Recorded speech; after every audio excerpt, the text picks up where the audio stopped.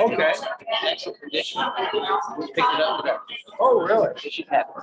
Oh, yeah. We got a lot of stuff to do to make Sure. it first place. Other than that, we do it. Hey, my wife saw that. She said, "Oh, that's nice." Yeah. When you retire. I'm flipping. You're retired, but you're not. You're involved in this. Leadership East Texas is just the last thing that we started in the chamber.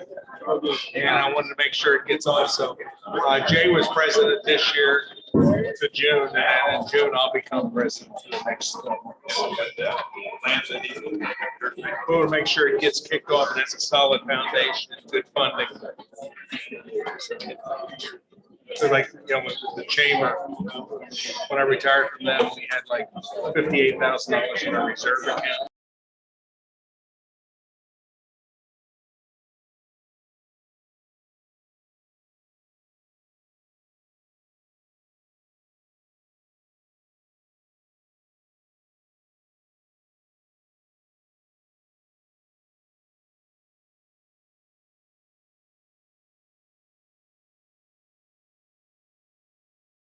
I've been traveling. Superintendent of schools, Stephen McCandless, to lead us in prayer. Thank you. Bow your heads with me, please. Father, thank you for this gathering tonight, for bringing all these people together in a nation, in a state, in a place where we can gather and discuss issues freely. Father, fill us with your wisdom. Fill the council with your wisdom. Guide them in their decisions tonight, in the items they discuss, in the decisions they make. Father, let it be your wisdom. Let it be you who fills them with the answers they need as they approach some tough decisions. Father, every day we want to be more like you, and we can only do that with your guidance, with you being next to us every day. Father, be with these people, lead them, guide them, calm the waters, and give them the wisdom that is needed to lead this great city, this great area, for these great people who they serve. All this we ask in your name, Father. Amen. Amen. Please place the American flag, salute the American flag, love the flag of the world. I pledge allegiance to the flag of the United States of America and to the republic for which it stands, one nation, under God, indivisible, with liberty and justice for all. Place the second greatest flag. On the Texas flag, I pledge allegiance to thee, Texas, one state, under God, one and indivisible.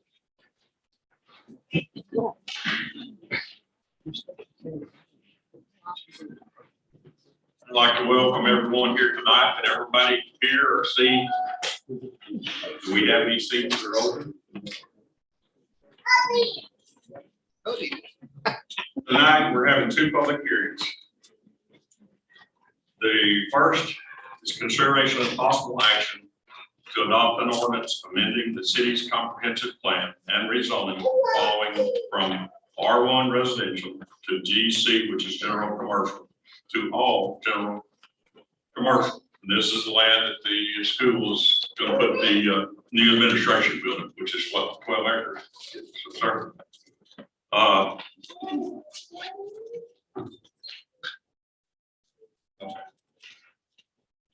Been told I need to make sure there's a form. Brent, where are you at? You got all your, I think that's Brent, Mike Henry, Isha Jones, Judah Payne. That's all. Okay.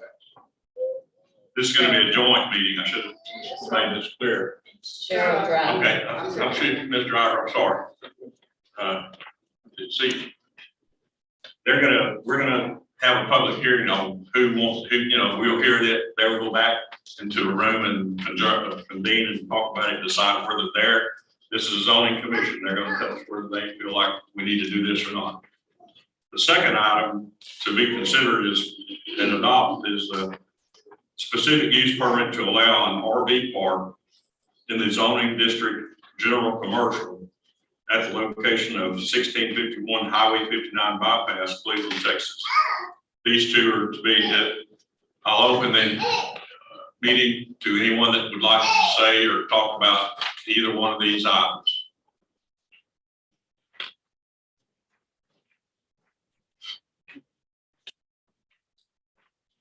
Can you make sure that if there's anybody in the audience forum?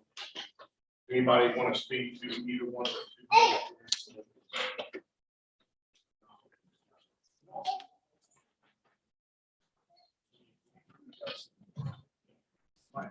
So wait, crank up. It's a nice question. They're having a hard time here. Okay. Everybody speak loud. Well, if there's anyone else that would like to make a public comment about the two pieces of property that we're there thinking about rezoning. Anyone in the audience, anyone out in the foyer?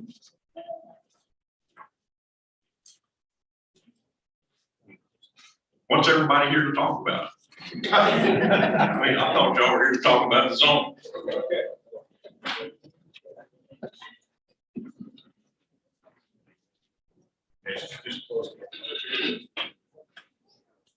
Again, if there's anyone here that wants to make a comment about the zoning on the two different pieces of property, please say your piece right now, or we're fixing to close the public hearing.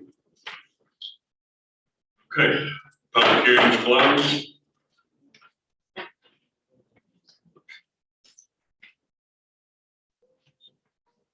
Zoning commission, y'all will go back into the back boardroom.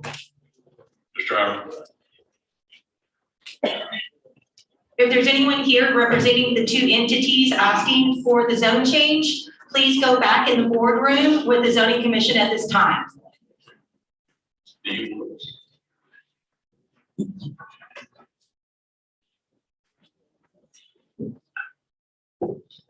And just to let you know, once the zoning commission finishes their meeting, they'll come back and provide council their formal recommendation, and then council will make their decision tonight. Okay, item 3 is a presentation to Pat Mann in appreciation for her service with the Cleveland Historical.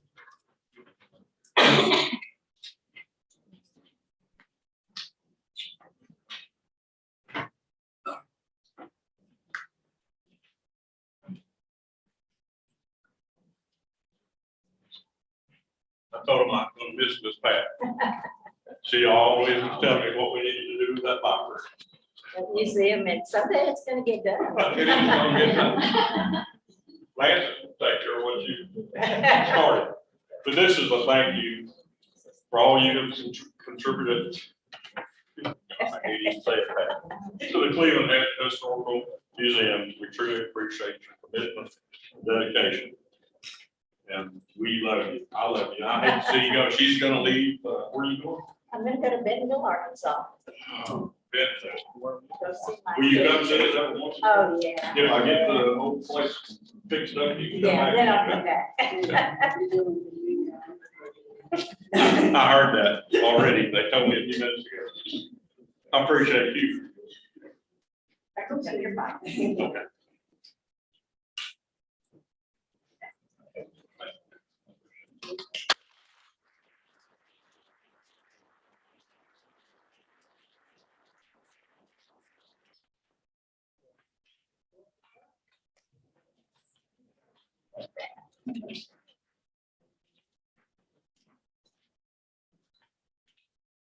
This proclamation is really not to just anyone, but I'm gonna give it to Lance. I'm gonna talk about it just for a second. Whereas in 1775, the Continental Congress agreed to the colonies to join in prayer, seeking wisdom of faith, the responsibility and opportunity of building a new nation. And 3 decades later, President John Adams declared a day of solemn humiliation, fasting, and prayer, asking citizens of all faiths to pray for American protection from danger. And whereas in 1952, President Harry Truman, signed the joint resolution of the U.S. Congress establishing a closed annual National Day of Prayer. Whereas in 1988, President Ronald Reagan set the date for the annual prayer day as the first Thursday of May, whereas throughout history, Americans have turned to prayer and reflection during times of strength and during weaknesses, and in the moments of joy and despair, seeking comfort, giving thanks, and asking for guidance and grace.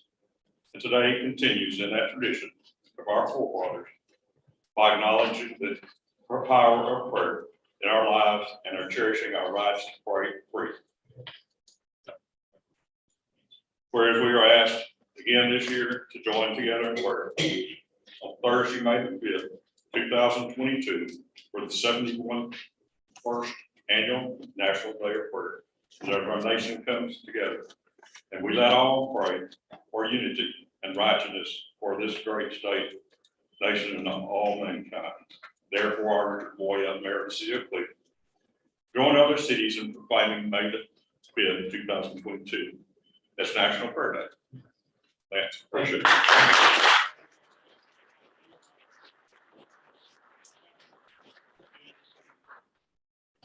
It keeps me in line. Listen, I received this on behalf of all of our families in the greater Cleveland. Thank you.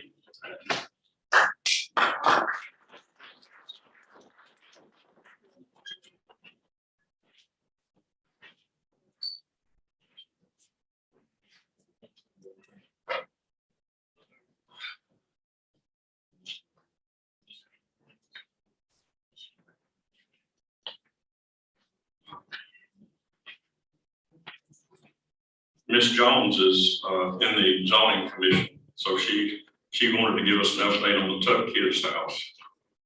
So we'll get her in a minute, but we'll go to public comments.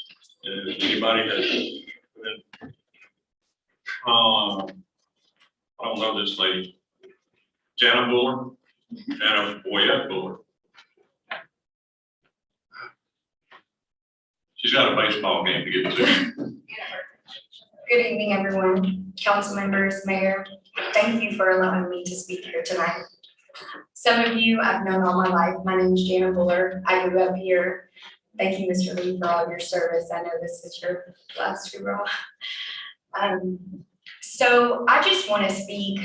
My father's Richard, and I know that there's a public smear campaign going on against him, and we're fully aware of that. And I just want to address what your final goal is.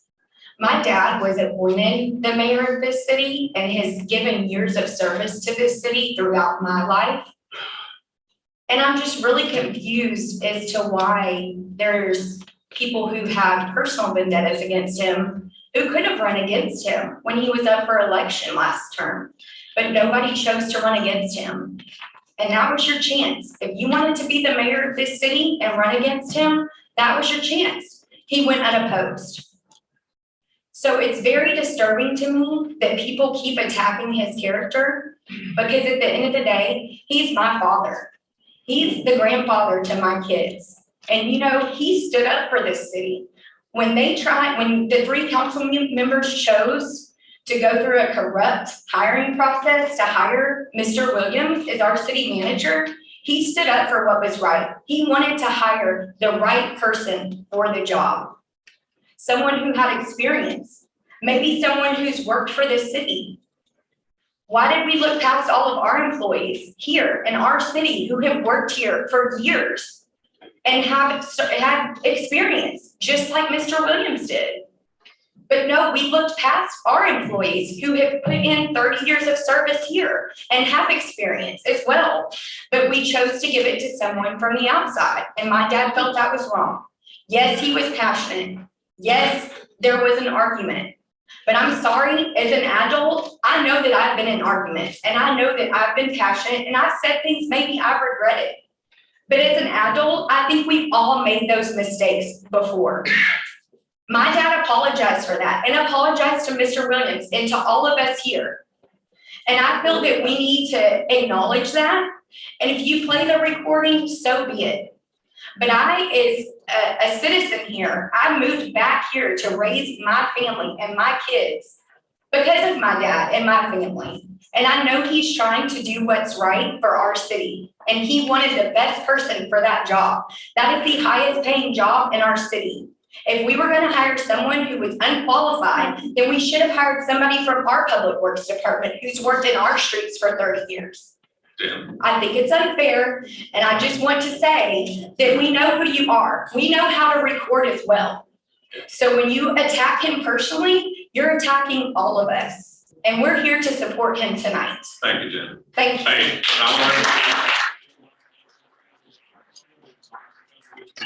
I can take care of myself. I'm a big boy. I love you. Ms. Darlene Davis.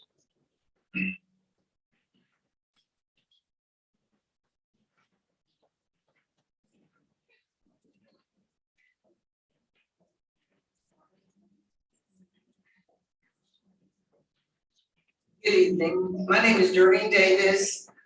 I am a resident of Cleveland, Texas, the city of since 1982.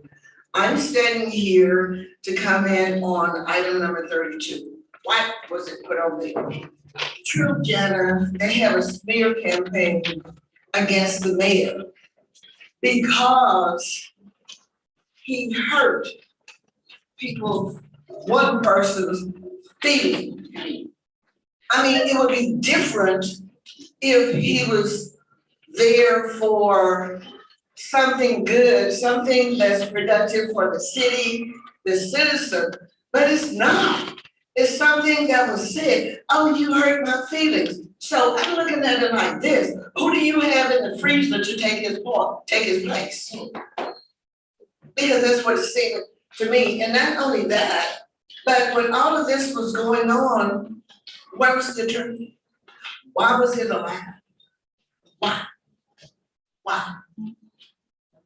You know, it shouldn't have been allowed, but then too, there are other things, excuse me, that I can say that shouldn't have been allowed. That's illegal. Not one time did I hear anyone say, well, you know, I checked with TML and they said, or I checked with other cities on incidents like this, and this is how they handle it. This is wrong. Let's get rid of it. It's done. It's over. He's our mayor. He has done good things. This is not his first rodeo. And as far as hurting your feelings, someone, get over it. Move on. This is a city that's growing. We need leaders. We don't need your little petty gripes. Let them stay at home. We want to go forth. We have people coming here to say, okay, I'm on the way out. You got a minute. People that's coming here, want to do business, establish businesses, live here, when they see this disruption, no cooperation. This man is our executive director and leader. As was stated, he was appointed. No one ran against him. But he said something, but he hurt my feelings, like I said, so what? Move on, get over it.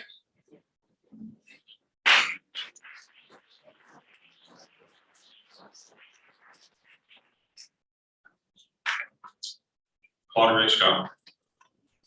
Claudia, okay.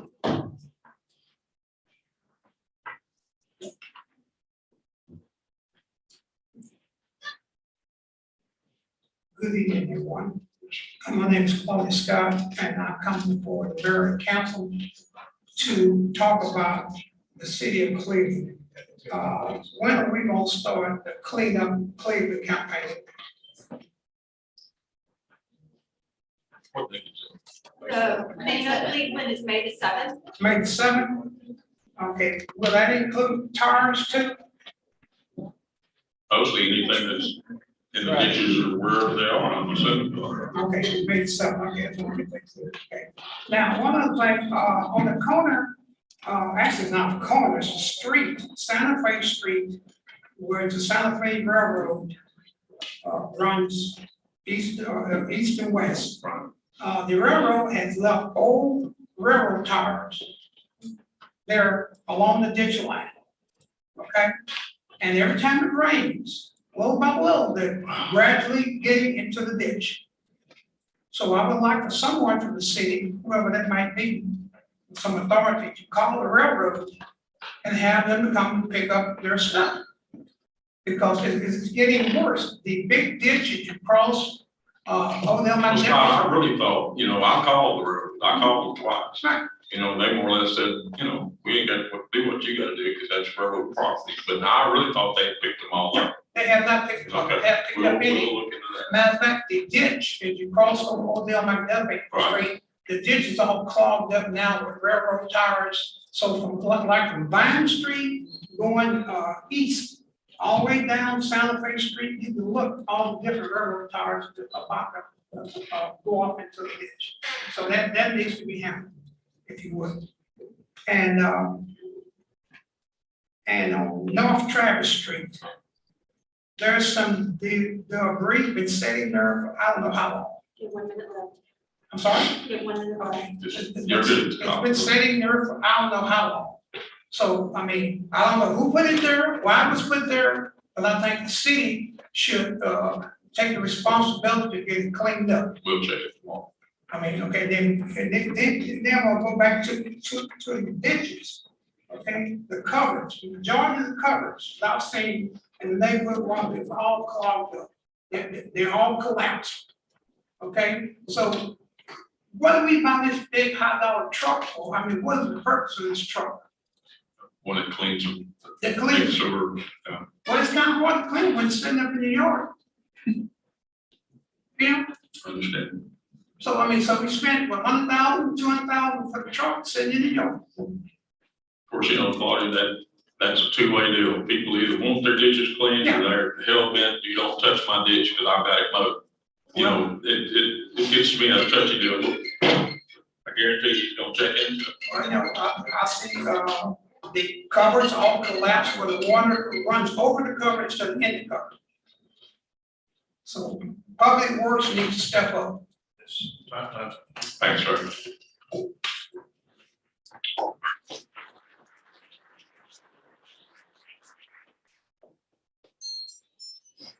Furnish Mitchell.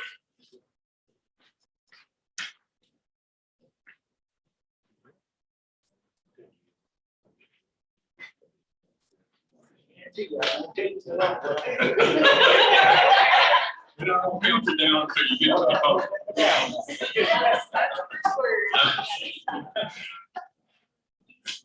Councilman,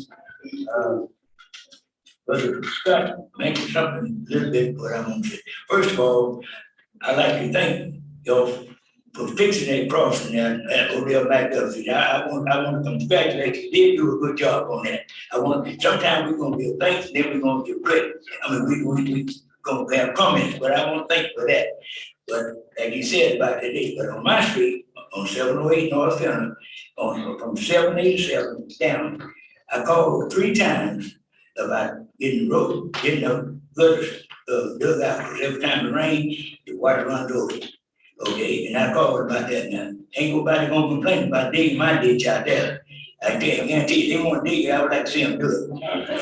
That water skits there. I'm gonna send them over tomorrow, you know. You can send them over there tomorrow, I'll be sitting there watching.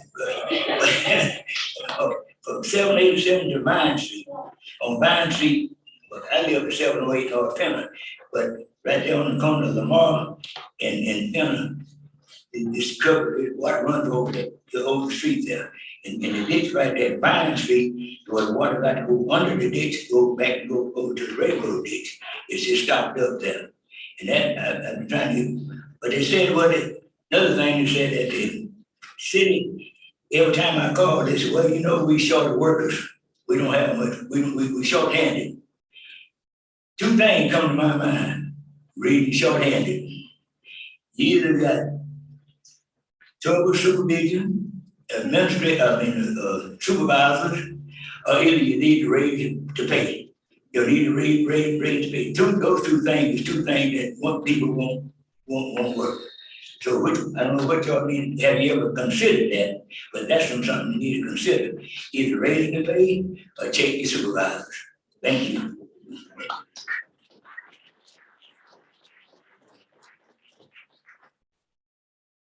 Fred Terrell.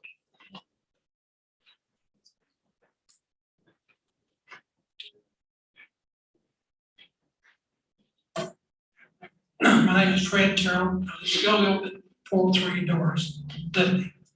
I usually have things written out that I can follow, and I'm gonna read it. A lot of people have been talking about certain things, and it's kind of like I tell them, you can't tell me you read that novel, that book, by just reading the last chapter. You can't walk into a movie at the last 3 minutes and see the sum of the whole movie. And we've got a book, a charter here, and if we don't follow it, our city has no rules. We have none. I'm gonna change a little bit. I got beat with Mr. Franklin, the 19 votes 2 years ago. And Mr. Reynolds here, he and I and Ms. Clay were going to Conroe to look at fire stations. I invited Mr. Franklin to join us, and he did. That's what you're supposed to do. When you're in the council, and you want to look out for your city, that's what you do. Now, I heard my name mentioned in the executive session a few times. Was it good or bad, Mr. Lee? Okay, you're not supposed to answer. Ms. McWaters, your stepson did an intern here at this building. I'm disappointed. You wanna know why I'm disappointed? It was a good program and you stopped there. You didn't go out and ask the school to give another junior or senior that may be in college, they could do the same thing. If they're in criminal justice, they could have went to the police station, library, or this office. You gotta carry these things further. I'm really probably out of words, so I probably should. Thank you.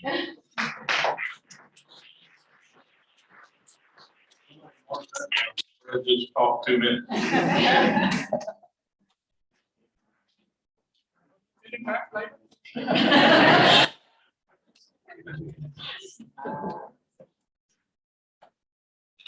Ernest or Dorothy, either one, or which one of y'all?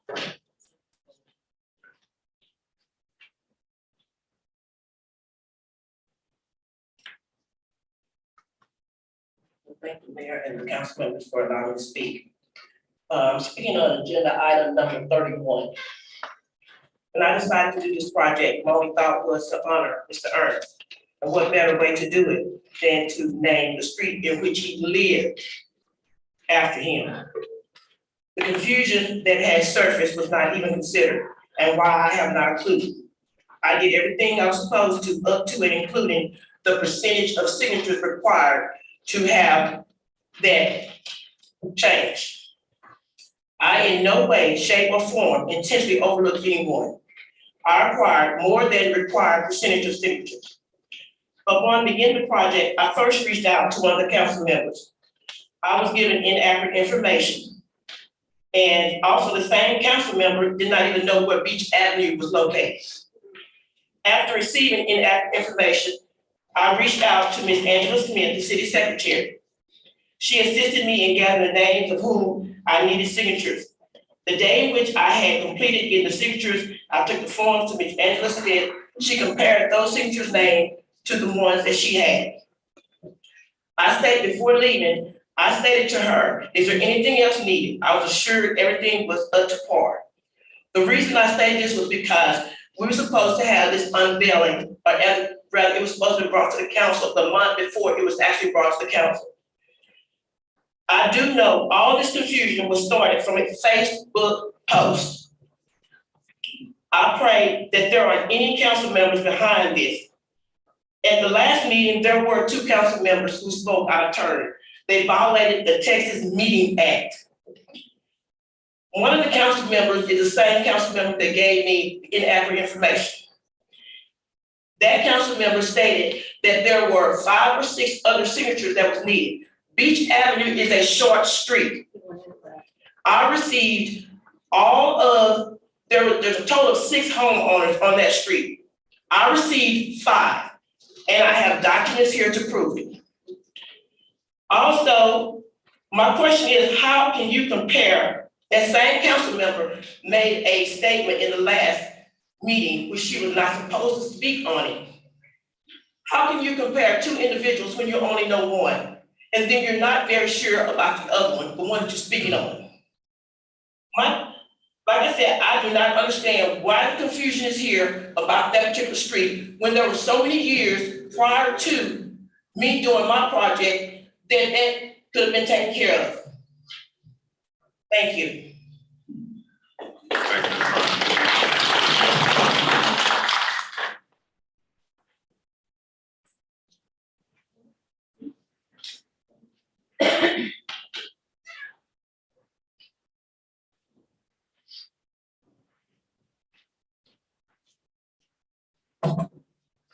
Good evening.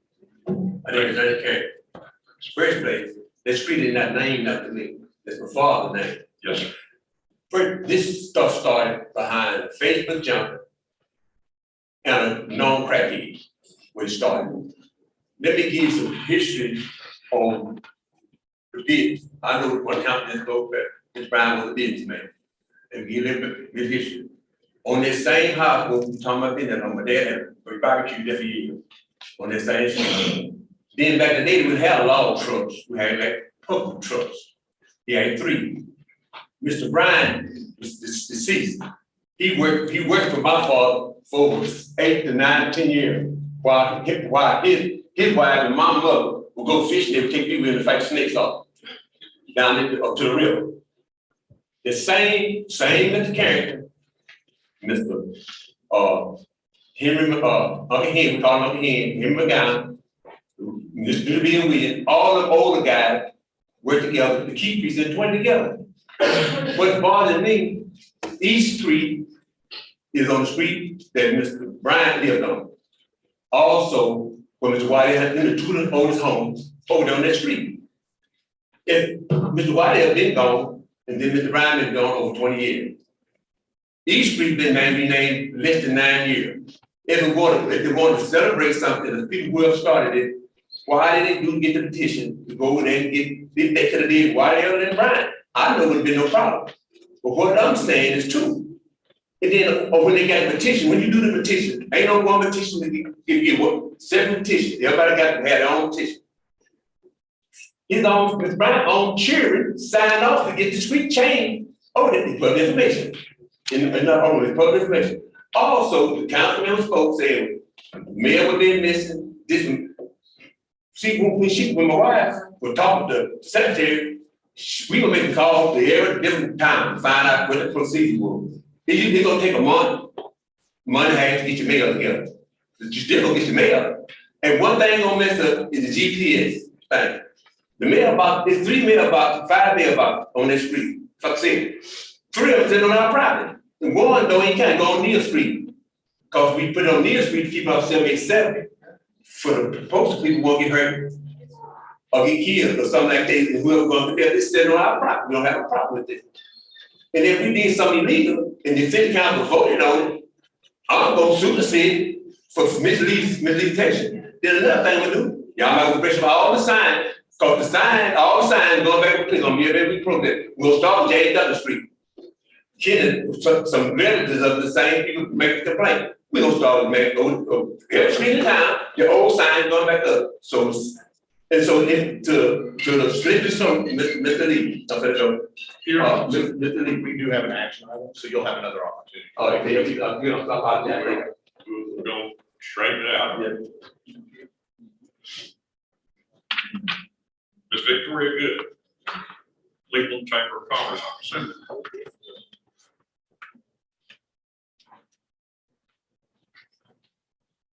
Hello, I'm actually here to break the tension a little bit. My name is Victoria Good. I'm with the Greater Cleveland Chamber, and I wanted to take this opportunity to let you know of a couple events coming up. Tomorrow is Taste of Cleveland. It's at the Cleveland Civic Center, and it is from 11 to 2. For only $7, you can come and enjoy lunch provided by 40 different businesses and organizations in the Greater Cleveland area. There's also a chance to win an iPad Pro if you come and fill up your bingo card. I also wanted to let you know about the May luncheon. Our May luncheon is actually going to be on May 12th, which is the second Tuesday since the first Thursday, since the first Thursday is National Day of Prayer. Our speaker for that luncheon will be Brian Garcia with Entergy, and our caterer will be Lucy's Country Store in Tea Garden. So you can RSVP for that by calling the chamber office or registering online. Thank you. We should have done it tonight.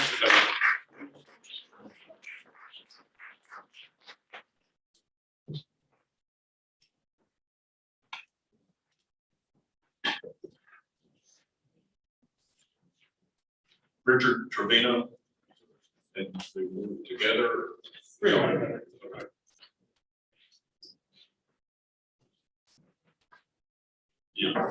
Yeah. Good evening, Mayor, City Council, community members. We're here to discuss action item number 30 on the agenda. A little bit about us. I'm Josh. I'm the VP of 911 at City Ambulance Service. Now Richard Trevino with me, who is the Senior VP of City Ambulance Service. We're here to discuss the request for proposals for ambulance service. A little bit about us. We are one of the largest private EMS companies based in the state. We've been in the community of Cleveland going on 4 years now. Right now, we're focusing on inter-facility transfers, but we also do a lot with the community. We are sponsors of bashes with the chamber, we sponsor lunches, so on and so forth. So we would like to ask the opportunity for us to go in as a request for proposal, thinking, you know, what harm does it good to just check to see what else is out there besides what's current provided. Yeah, just to kind of add a little bit on to what Josh said, we're growing with the community. As our company's growing, we're wanting to grow with every community that we're in.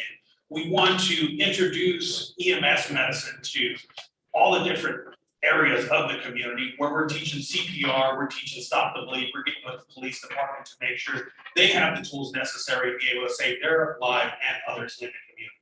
We want to be able to grow and give you concierge style service. We grew ourselves based off of hospitality service, and we wanted to merge it with emergency medicine services to create something different, to create something catered to every single patient. So if y'all give us this opportunity to take a look into your services now, we greatly appreciate it. It helps to be able to grow within the community as we already are. Hey, yes. Thank you. Thank you.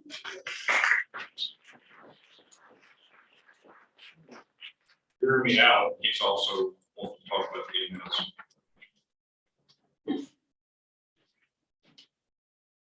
Thank you, Mr. Mayor. Thank you, City Council, for the opportunity to speak to you today. My name is Jeremy Allen. I am the Community Liaison for Emergency Hospital Systems here in Cleveland. I'm here tonight to address the EMS contract. For 2 years, we have attempted to foster a working relationship with the current EMS provider. We cannot seem to make progress in advancing that relationship. Issues such as bypassing our facilities, poor communication, degrading conversations with 911 patients as they are in transport concerning our facilities, and long transport times are just a few of the issues that we have encountered over the past 2 years. We brought these issues to Bobby Pennington and asked to meet with him and his staff, as well as the mayor in October of 2021. Mr. Pennington and his staff, Savannah and Jennifer, along with Mr. James Franklin, all attended the meeting at Texas Emergency Hospital that morning. We asked if the mayor would be attending, but something had come up and he could not be there in attendance. We proceeded to lay our concerns and issues out to Mr. Pennington, and he promised to look into them. He also informed us that the contract would not be up for renewal until September of 2022. It's not September. We felt more assured after this meeting that our voice had been heard, and then the transition from Mr. Pennington began to take place. Please bear in mind that all the while the same problems continue to exist on a daily basis. Our administrative team then reached out to Mr. Stacy Williams to bring him up to date on our problems. Mr. Williams agreed to meet with us along with Mr. Franklin and Mrs. McWaters. Once again, we laid out our problems with the hope that action would be taken to help better this situation. We are 2 years into this relationship and are still trying to make this a good partnership for the city of Cleveland.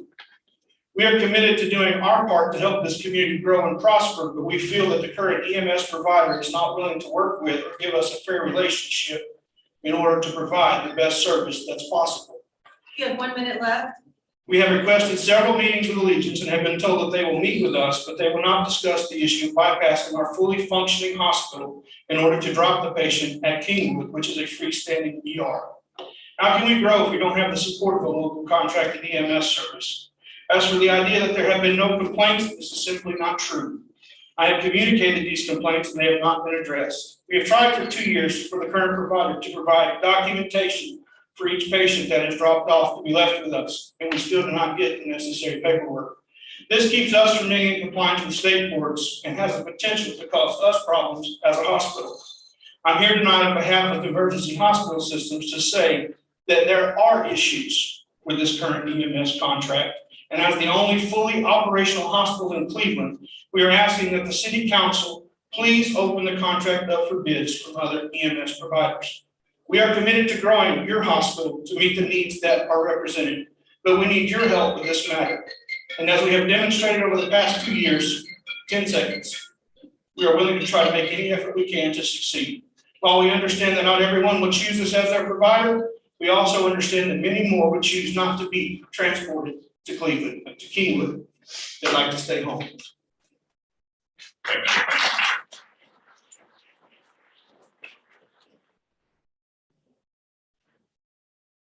Jim Carson, come on up. I'm smiling, it's because I'm happy to be here. I'm happy you're here, Jim. We had our graduation today. I want to thank the mayor, the city manager, and several of the council members that attended the graduation of our first inaugural class of Leadership East Texas. We had 18 graduates. And the mission of our organization is a 501(c)(3) nonprofit. And we identify and recruit potential leaders in East Texas. We educate potential leaders and other current leaders in the skills of leadership. We provide experiences in local community. We facilitate relationship building among the leaders, and we encourage and exchange ideas and actions. Leadership program was one of the goals that we wanted to, it was actually initiated by the Greater Cleveland Chamber of Commerce, and it took about 4 years to get off the ground. And the reason we were able to do this is our supporters. And City of Cleveland has been a great supporter, the EDC, Cleveland High School, Independent School District, rather, Tarkington Independent School District, Dayton, Texas, the county, Liberty County, Judge Knight, and the Greater Cleveland Chamber. And then we have a lot of businesses in town that support us as sponsors, and that's Emergency Hospital System, Southside Bank, Prosperity Bank, and Victory is one of our sponsors too. This program is successful because it's a community program, and the main purpose is to grow homegrown leaders. There's a lot of people, and I had one of the people tell me today, they said, she was sending one of her employees to this leadership program, and the employee said, well, I'm not a leader. 1 minute left. Thank you. She says, I'm not a leader. And she says, yeah, but you have the potential to be a good leader. And that's what we're trying to bring out, is the potential. And in the 6-month classes, this person told me she couldn't believe the difference in the performance of this person on the job. So it's a great program, and because of the city of Cleveland, we're able to do this, and we also do all Liberty County, San Jacinto County, Polk County, and some of these counties. And we're opening classes now, so anyone wants to register. So thank you, and we appreciate it. Jim, I'm gonna just recognize Leslie, and I don't know if Ashley, is she here? Yeah, Leslie and Ashley are graduates. Where's Ashley at? She's not here. Okay, well, let's give Leslie a big round of applause.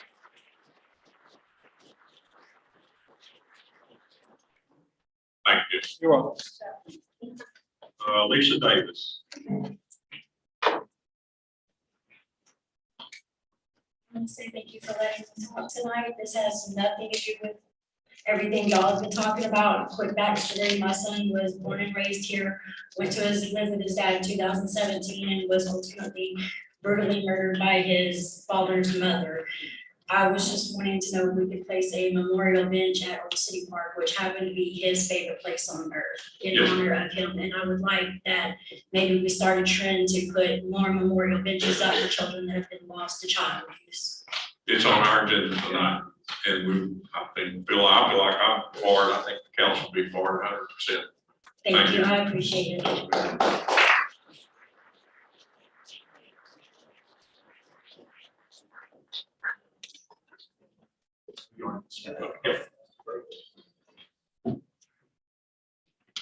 James Manley.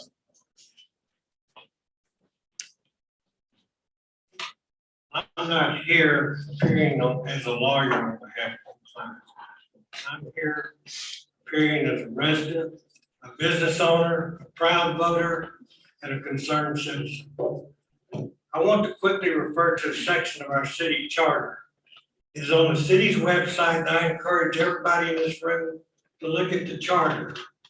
Our Article 1, Section 1.01 of our city charter style form of government.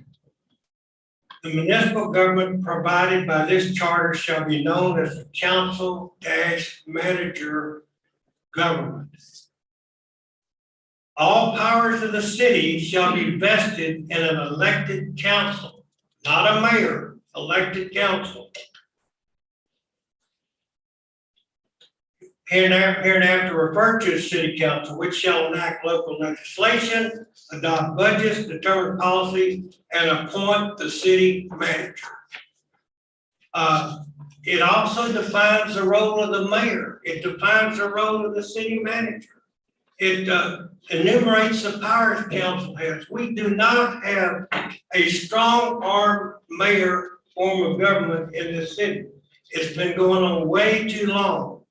We just need to abide by the wonderful charter of the city of Cleveland.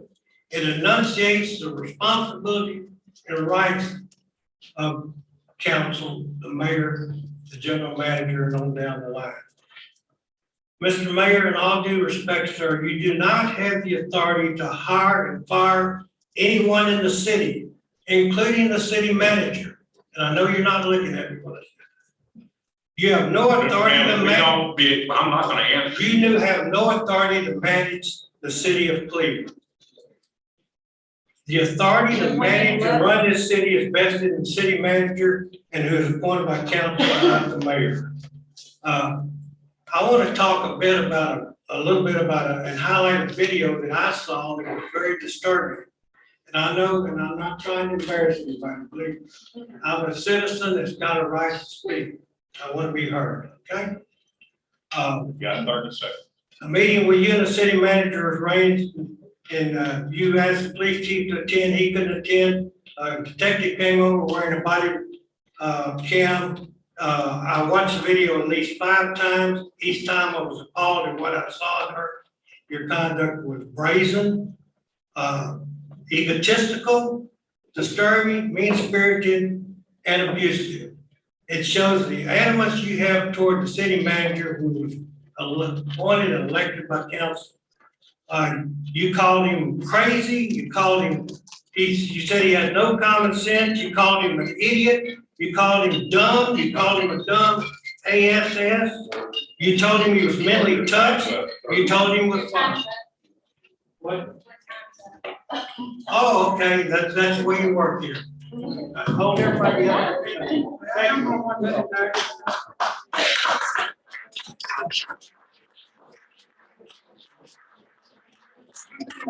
Yeah, go ahead.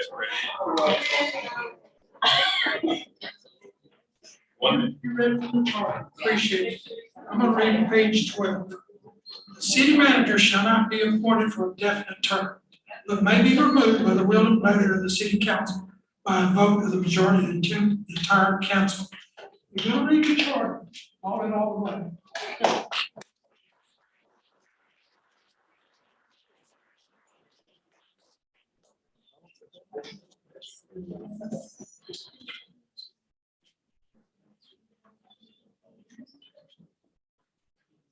I'm having a little trouble. Look, 104 East Waco. Lamita. Good evening. Good evening. My name is LaFreda Carroll. Okay. I'm sorry. I know. My mom did that because she loved my dad. His name was Freddie Lee. Okay. I was born and raised here in Cleveland, Texas. And I oppose to the street name. I guess I'm one of the biggest oppositions, or maybe I'm one of the ones that would stand up and say so. because everybody's not real comfortable saying something about this matter. But I worked on getting Miss Rachel Scott Street changed. Don't know the year, I'm getting old, but we did this as a community. We had a program. We went from house to house, and not only from house to house to get the required signatures. We notified the precinct. We notified the judges of Liberty County because we came together as a county, not only precinct 20, to celebrate this wonderful woman's contributions to Cleveland, Texas, and Liberty County. And this is what a street naming should be about. There should be no controversy. There should be nobody standing here opposing a street name. Because first of all, it should be someone who has added to the community. Who has added to the community. Their city works should speak for themselves. Now, I wrote down William Barnett Street, and it speaks loudly because I was born in 1957. You have 1 minute left. I was born in 1957, and that street says this was a great man. So our street should say that. It shouldn't be a controversial thing. I mean, if you never ride down Jesse James Boulevard, okay? And if a father has a son who has committed horrible crimes in the city, his name should not be on a board. Thank you.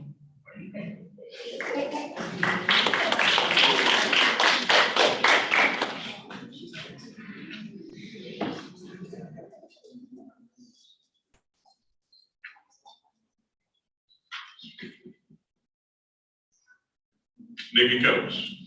Yes, sir. Former mayor, come on. You used to all this. Yeah. Not really.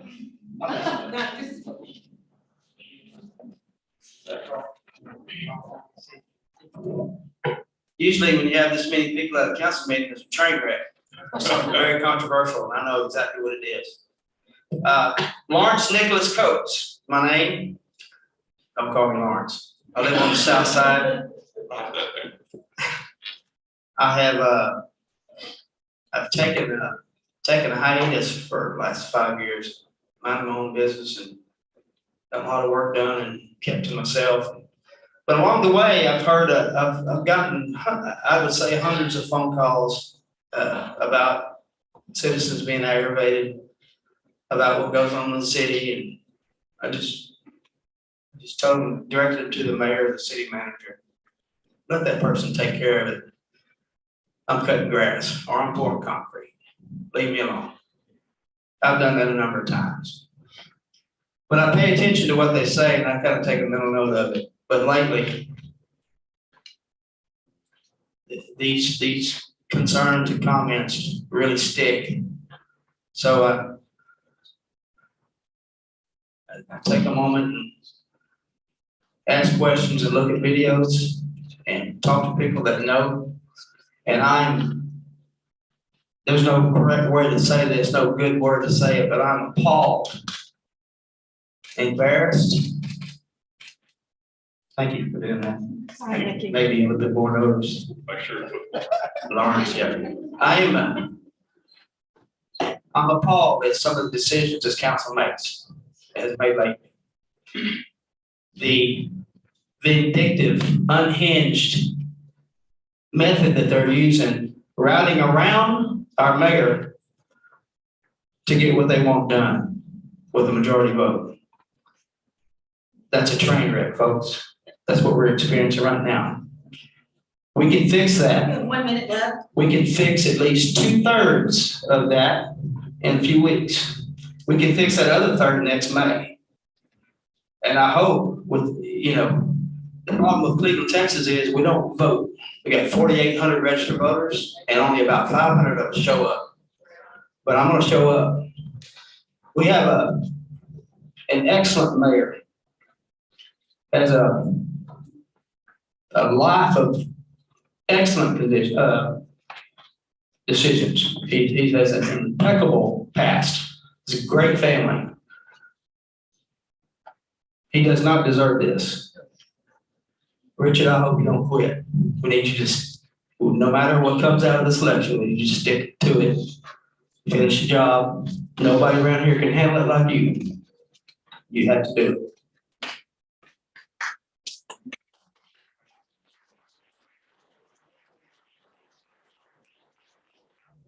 I've heard of a video, and I've seen a video. If you show that video, shame on you. It's gonna hurt you. It's more damage than good. Thank you.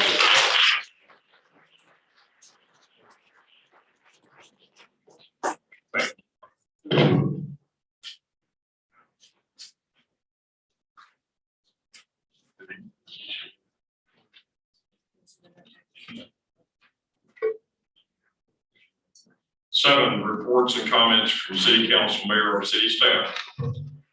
Danny, you want to go first? I guess this will be my last meeting.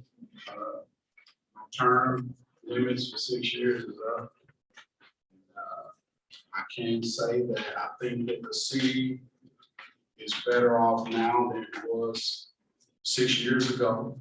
You know, in spite of all the cloud that surrounded us at this point, you look at the development here, I think we've had 300 new home permits in the city in the last year and a half or so.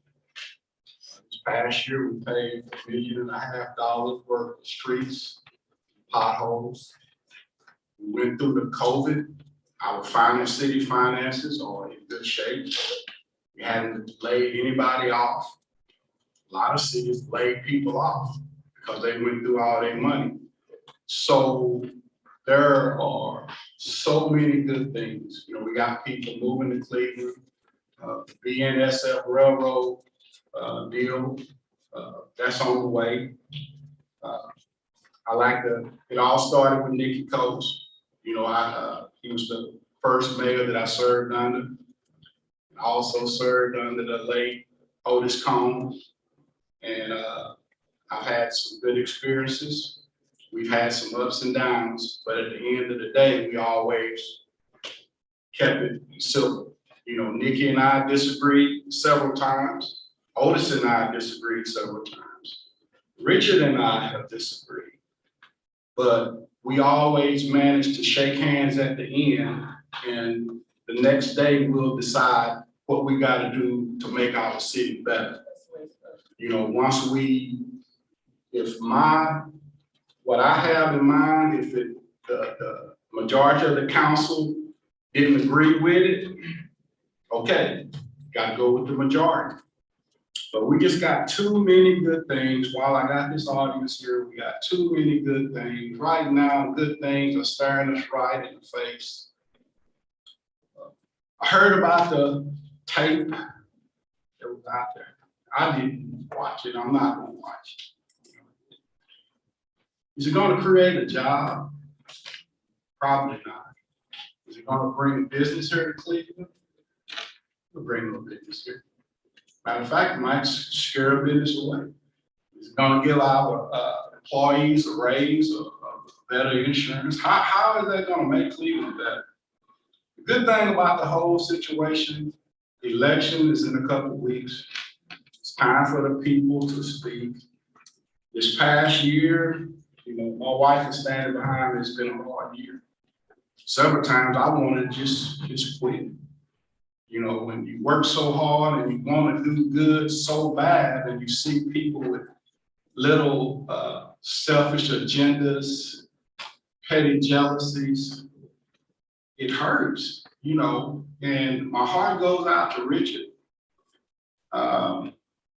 Richard came on, we lost Otis, the COVID thing hit on us, and he stood for what was right. You know, when we had the big controversy about the mask and about whether to wear the mask, closing the businesses. You know, Richard stepped up to the plate and he led from the front. He didn't hang the council out. He led as the mayor. And I'll always take that.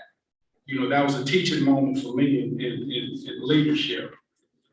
But as I said, I just want to thank everyone that has supported me in the past. And I'm gonna do like former Mayor Coates. I'm gonna take me some time off and do what I want to do and kind of recharge my battery. But I'm still here in Cleveland. I will always remain active. This is my home. My children are here. My grandchildren are here. And unless God says different, I'm not going anywhere. So thank you once again. And, you know, everybody get out to vote. So we can solve all this one way or another. Thank you.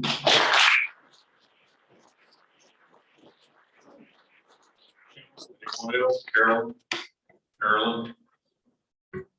You got the floor. First of all, I just wanted to thank the city for acknowledging Ms. Pat Mans because she has worked very hard at the museum doing what she liked to do. I've heard a lot of comments as far as the video. If we're gonna pull that video, we need to pull a lot more of them because there are a lot of things that has been videoed and there's a lot of things that is not correct. And if we're gonna talk about that charter, we need to also basically get rid of it because that charter is not being abided by. So there's a lot of things we could look into. And all this started simply because of the fact we wanted to do something correct. All we wanted to do was to go through a hiring process. And this is how all this teamed up. Do the right thing. We didn't do the right thing. So this is when all the personalities and attitudes started flaring up. So we didn't do the right thing. And it could have been avoided if we had just done the right thing. And after that, everything became toxic. And toxic, I mean toxic. So there's a lot that we need to look into, but that is not the right thing that occurred, bashing one another, because that's not what we're supposed to be doing. We're here to do business as a city in behalf of the people of this city, and we're not doing this. If you notice, the whole night has been spent on everybody giving their opinion. And it's okay to listen to everyone's opinion. And it's okay for us to disagree. But there seems to be a misconception of disagreement. At the end of the day, when we are discussing business, we should come to a mutual agreement. The best that for the benefit of the people. But we're not doing that. And it's getting real ugly. But it has to stop. When will it stop? This is not right. So we just need to sort of squash this thing and do the right thing. And that's all I have to say. Thank you.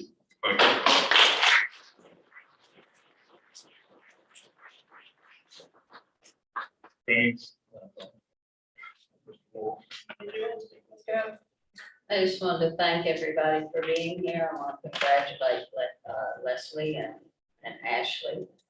And tell Ms. Mines that we're really gonna miss her. She did an outstanding job at our historical society. And that's all. I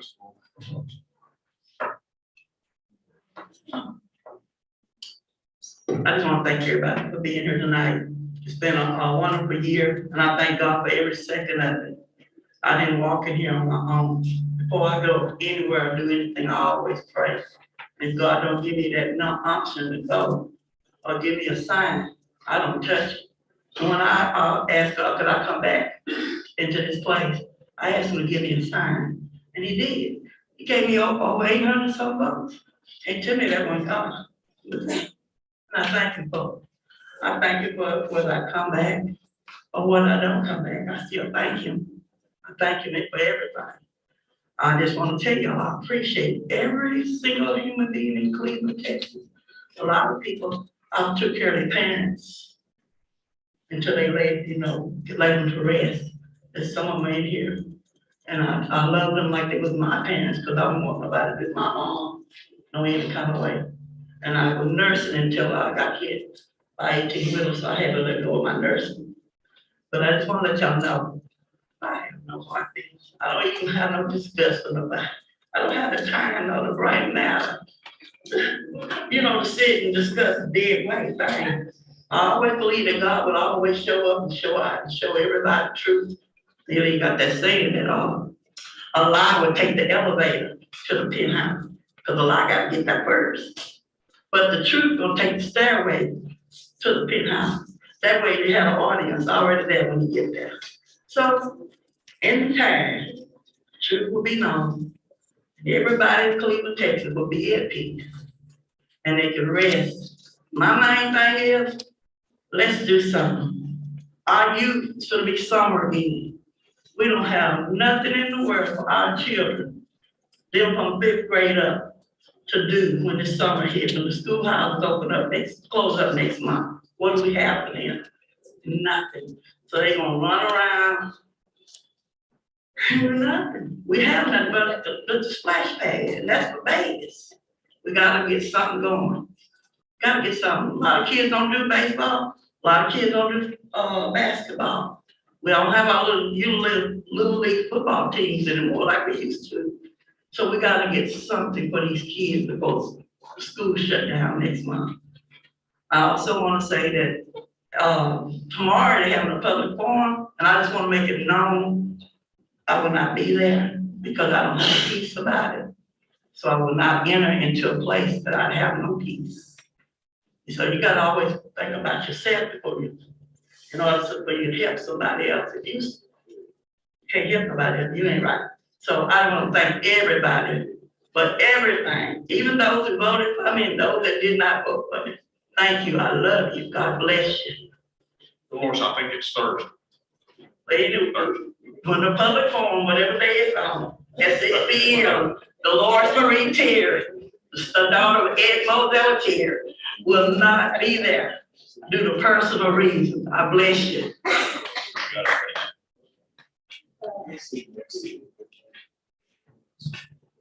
Just because it's my job.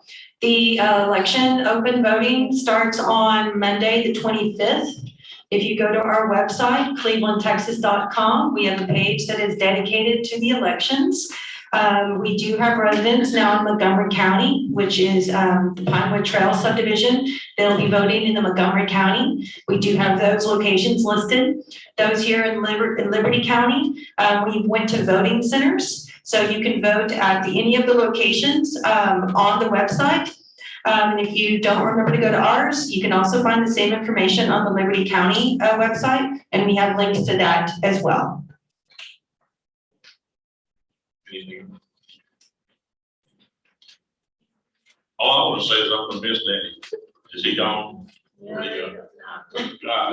He left me.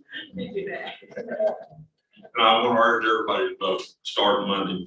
And you said the city votes all the civic centers?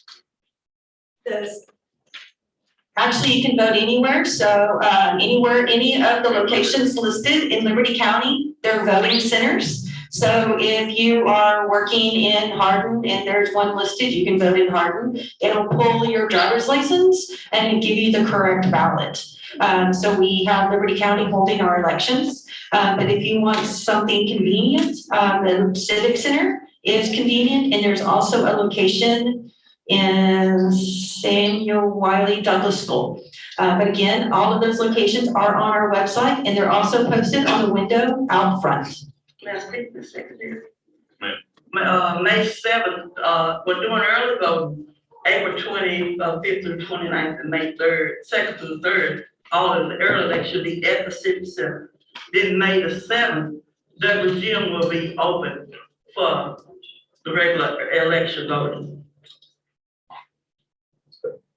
You can find the locations on our website.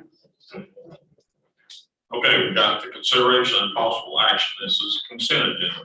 Council, if y'all all look at the consent agenda, are there any things we need to pull out of this consent agenda?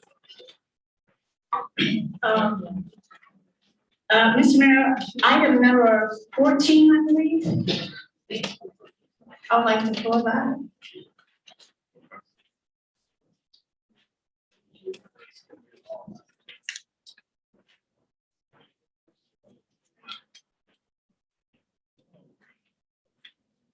Any other thing? Is that?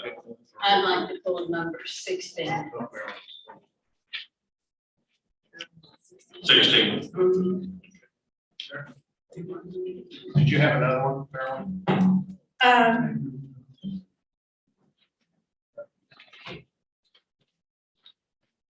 14 was the only one I think I had. Everyone had a chance to look at the other items except 14 and 16. Mr. Mayor, if there's no other questions on the consent agenda, I make a motion that we approve the consent agenda with the exception of item number 14 and 16. I'll second that. James said it. Okay, Danny made the motion. Do we accept the consent agenda except for item 14 and item 16? James seconded. Any other discussion? All those raise their right hand in favor. Yes, the same time. Discussion and action. Consideration and possible action. Oh, okay, excuse me. Item 14, approval of the ordinance calling joint public hearing with City Council and Zoning Commission for May the 17th, 2022 at 6:00 p.m. for zone change request for 600 Easy Street from residential and manufactured housing to planned unit development. Now this is out on right. 14. Yeah. And if I may? Yeah, go ahead. Okay, and the reason I pulled that is simply because of the fact, it might be just a terminology, but it says approval of an ordinance. But I think this is one of the items that the zoning is discussing. She just puts the calling of the joint hearing in an ordinance form. So we're just approving an ordinance that's calling for that joint hearing. That's it. Not approving it, not considering the merits of it, just calling the hearing. Okay, and that's why I said it's probably a terminology. Exactly like we're doing tonight. Okay. So we will have action items to consider that after the joint public hearing at that same. Okay, thanks for explaining that. Thank you. Any other discussion, council? Here's a motion to accept. I make a motion that we approve. A second. Danny made the motion. Marilyn seconded. Any other discussion, council? All those in favor, raise their right hand. Those against, the same sign. Item 16, possible action on the street closure request from Darlene Davis for May the 14th, 2022, from 4:00 to 10:00 p.m. for Neville and Ernest Carrington Street Avenue to Lenny Alford Avenue for a college graduation celebration. I pulled it. I guess I just don't understand what this is. Darlene? Or why you want the street, why you're having a party at the street. I don't know. The house is on the corner and the street, the motion would not affect any resident, Or any traffic. any traffic, just from right here to Linnell, Alfred, and even that street will be open because where the house is, the parking is limited, Okay. but it won't affect. So you want it for parking or for people? Yes. Okay, got it. So with that said, I'd like to make a motion that we go ahead and honor this closure. Second. Marilyn, you made the motion? Yes, sir, I James did. seconded. Any other discussion by council?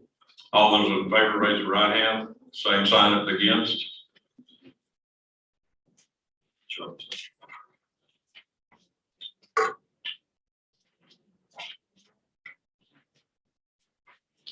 Brent, are your feet back up? Yes. 26 and 27.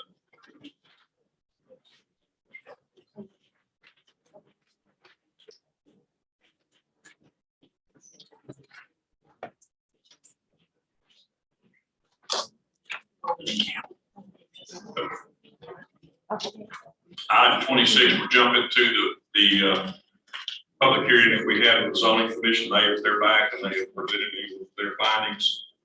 Consideration of possible action to accept formal recommendations of the zoning commission to adopt ordinance for the city of Cleveland, Texas, amending the city's code of ordinance by adopting a revised official zoning map by rezoning reference parcel from residential to general commercial to entirely general commercial. Now, this is the property that the school is going to build their administration building on. The zoning commission would like for us to approve that, or council to approve that. They approved it from the zoning commission. I make a motion that we approve this item. A second. Did you make it, Carter?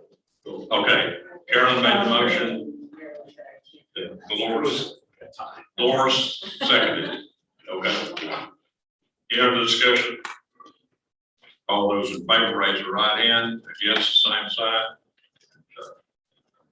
Okay, item 27, consideration and possible action to accept formal recommendations of zoning commission to adopt an ordinance amending the city's code of ordinance by adopting a revised official zoning map, allowing RV park in the reference parcel in the to general commercial area as specified use.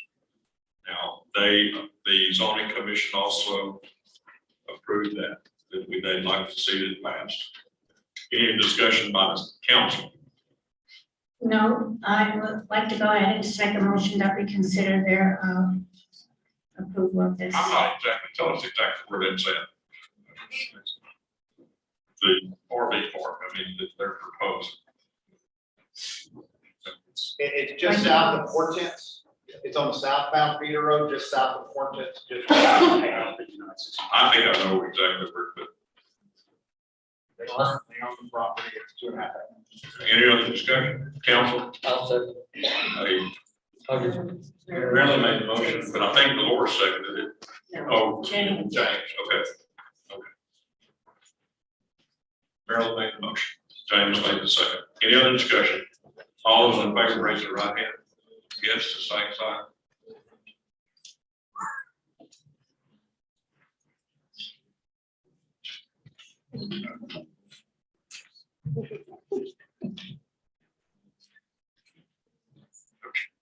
Consideration and possible action on approval on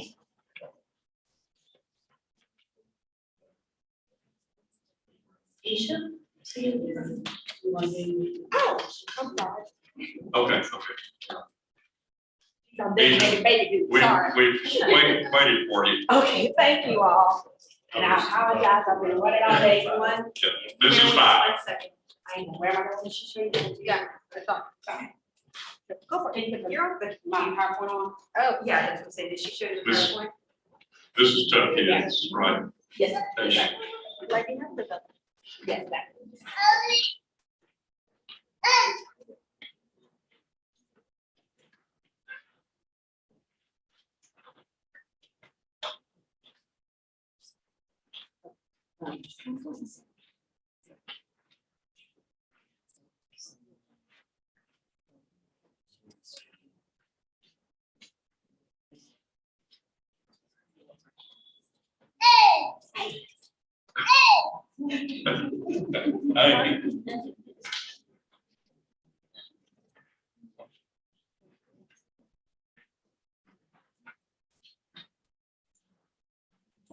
Bear with us. I think it's going to share.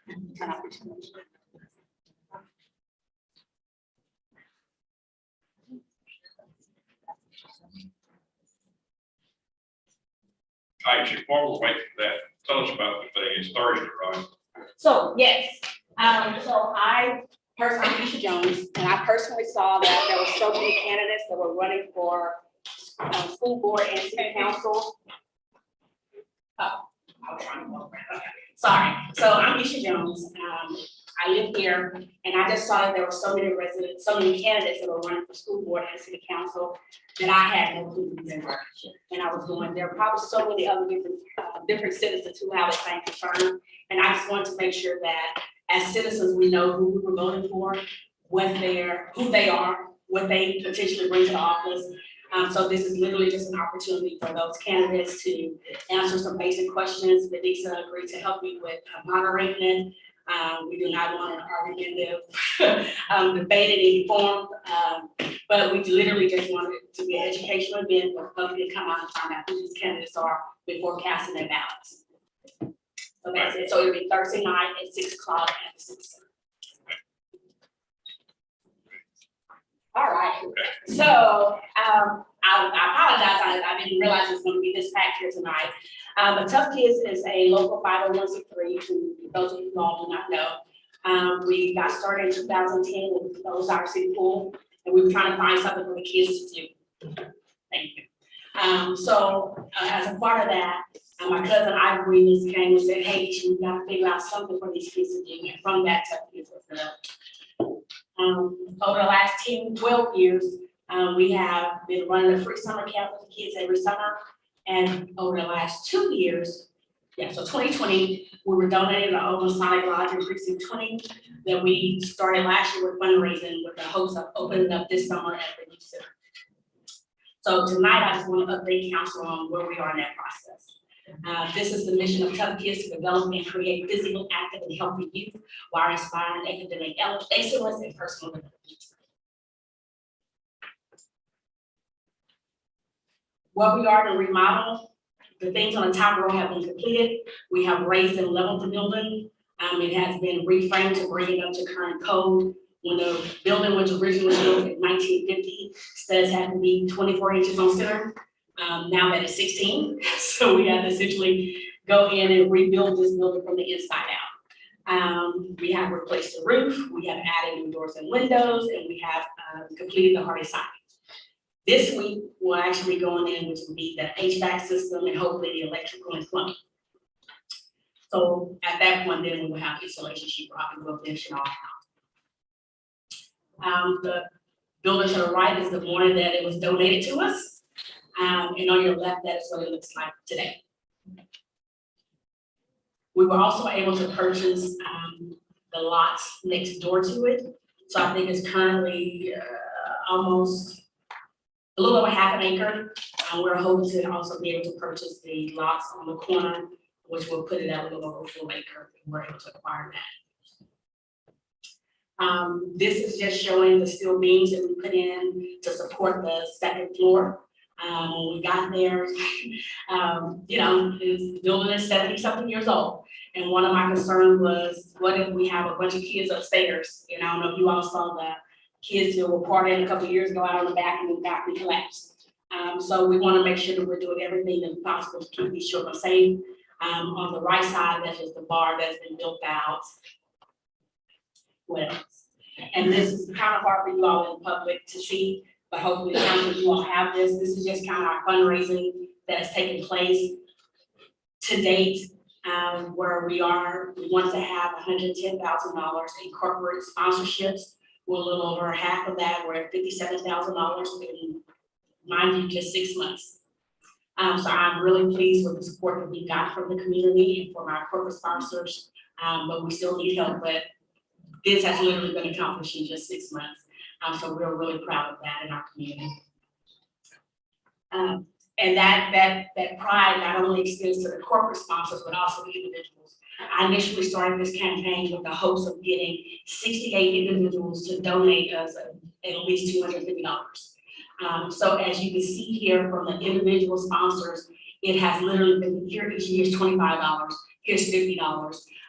But from that, we're almost at the goal from the individual sponsorships of 17,000, we're at 12 too. So the community has really chipped in where they can to actually just support. As far as in-kind donation, the contractor who has been doing the work, I have literally said, hey, we're not there. Can you please just? And he's like, it's for the kids, we'll make it happen. Then after the article with Vanessa ran last week before last, we had an electrician call us and said, hey, you know, can't donate financially, but what I can do is donate my labor. So we are really excited about that as well. So that's where the income is coming from. So to date, the goal being $152,000 total. We're at $95,000 with finance and in-kind. This is just some pictures from the business community in action. Our local EDC was our top sponsor with $20,000, followed by Janet Martin with Martin Chevrolet and Austin Bank and our local Rotary Club. So I just want to acknowledge them and their sponsorships. This is a program that I actually just want to talk a little bit about. I wrote a grant with Save the Children, the Rotary Club, and we partnered with our local Austin Memorial Library to literally make the community aware of, we have a program called 1,000 Books Before Kindergarten. Simply just trying to close the educational gap for our children. 95% of a child's brain is developed by the time they're 3. If you understand how even our prison systems are built based on our 3rd grade reading scores, it really brings home the fact that we have got to get our children reading. So literally, this is just simply a goal. They download this app, 1,000 Books Before Kindergarten. We've also partnered with AgriLife, so they're monitoring the registration for us. So we ask them to go there to register so we know who's actually reading. And as part of that grant, I saw this, the picture on the right, I saw, you know, this picture of how people are starting libraries in their homes, and I was like, shit, I only got 2,000 square foot in this building, so where am I gonna put these books? And so we just duplicated it, so the picture on the right is our version of our little library. And then this past week, the school did a literacy expo, and we were so blessed from that event that I probably walked away, no joke, with probably about $8,000 worth of books that we will be able to not only fill this library, but actually be able to give to the children to take home and have them in their own library. So we are extremely excited about that as well. So that's it. Do you all have any questions? But again, tonight is just to update you all on where we are. We shall just thank you for all that you do. That presentation that you just presented, that makes all the stuff that I go through here, knowing this is what we do, it makes it work. Okay, and I just want to thank you for you and Tuffy and the rest of your crew, what you do. Because I know y'all put in a lot of time. It takes a lot of patience. And I just want to thank you from the bottom of my heart, and I will support you continuously. Welcome.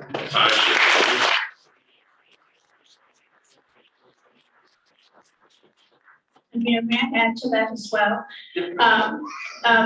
We don't have a YMCA or Boys and Girls Club, we didn't, but this is a vision that Isha and Tubby saw, and they brought it to life. And there's a lot of people that took part in this, even the building that was donated, Brother Mitchell, it was the Masons building, and they donated it along with the vision that she brought to him. So there's a lot of people has taken part in this. This organization had been running strictly off of donations, and there were tons of kids that was coming to this every year. So I too want to commend you and your staff and everyone that took a part in this vision. Thank you so much. Thank you. Thank you, Asia. We appreciate it.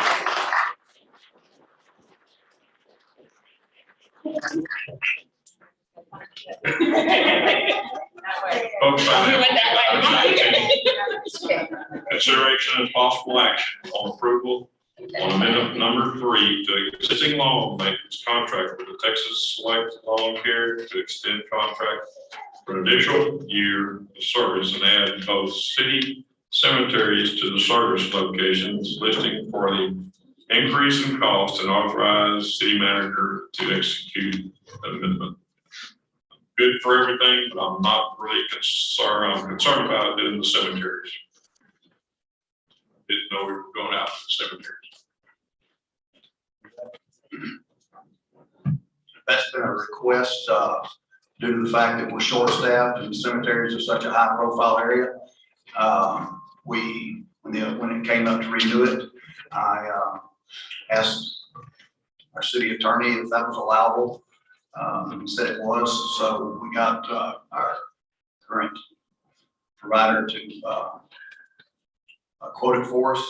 It's approximately, between the two cemeteries, it's almost 22 acres of mowing. And that would be mowed 26 times a year or bi-weekly. Total amount is I think it's $4,048 that will be added to our monthly fee, which comes out to basically $1,341 a cut for the Cleveland Memorial Cemetery, and then $682.50 for the Memorial Gardens. It's I feel it's something that we should consider. The fact that it will allow us to facilities to be better maintained, as being short-staffed, and allow our current parks crew to focus on other areas such as our water, wastewater facilities, lift stations, etc. I think this is a good idea. I think this is something that is needed to be done because this is such intricate mowing as it is. And such a huge area. I think it'd be a good thing to add to our contract. Well, I got a question. Okay, didn't we supposed to hire some people, some extra people? Did we hire, where do we supposed to hire additional help? Did we just hire some extra people? We hired for the water and wastewater. We have not hired any in the parks department. Okay, but was that in the budget though to hire somebody? It is, but we still don't have enough. We can't do it for this. But what I'm saying is, why is it that we haven't hired anybody? We have. If it's in the budget, you know, why haven't we hired them? We've not found any applicants yet. We've advertised. We have gotten applications. We've just not hired anyone yet. I guess for the same reason we still have a public works director or a street and park superintendent. You can't get anybody to So apply that can. there's nobody that wants the job start out around $15 an hour. Yes, sir. And nobody wants a $15 an hour job. I mean, That's how many not people what have I said. applied? That's not what I said. I don't know, sir. They don't all come to me. They're going to public works staff. Is anyone here with the Texas Select? Yes, sir. Service? Yes, sir. You know what you're doing when you do that cemetery, right? Yes, sir. You understand it's gotta be weeded and the whole 9 yards? Yes, sir, I completely understand. Our company, we already take care of Ryan Cemetery in Tarkenton.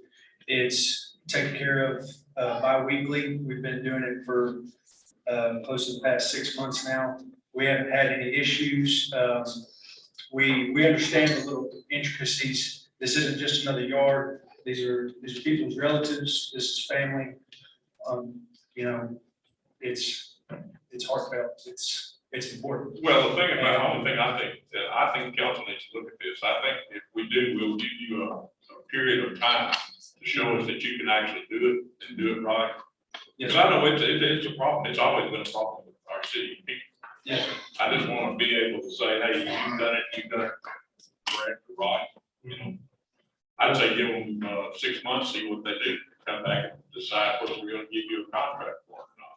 Okay. And I'm just saying that your account, it could be 3 months, it could be 4 months. Okay, that's fine.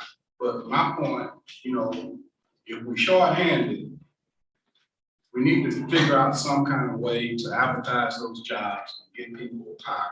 I mean, I just don't understand why we can't hire people. I mean, sir, if I may, whenever you hire somebody, you're paying them that $15. I'm not, I mean, what you're saying, I understand. I'm talking about from the city's point of view. You know, we got these positions open and I hear people coming up here complaining about they call up here and they're saying we're short staffed. We had several people tonight say that we're short-staffed. Why don't we hire people? Wouldn't that be HR, take care of it? Mayor, may I say something, please? Go ahead. And this has been an issue, it has nothing to do with you, this is just what he said, the city. This has been an issue that has been brought up several times by being shorthanded, not having enough people to do the job. And especially during the season where the grass is growing, and you only have people working on one side. When they get to one side of town and do that side, the other side has already grown up. We should have city workers working at all times. And I commend them for the job that they do when they do it, but it's not enough people. And we need to find a way to hire people to do these jobs.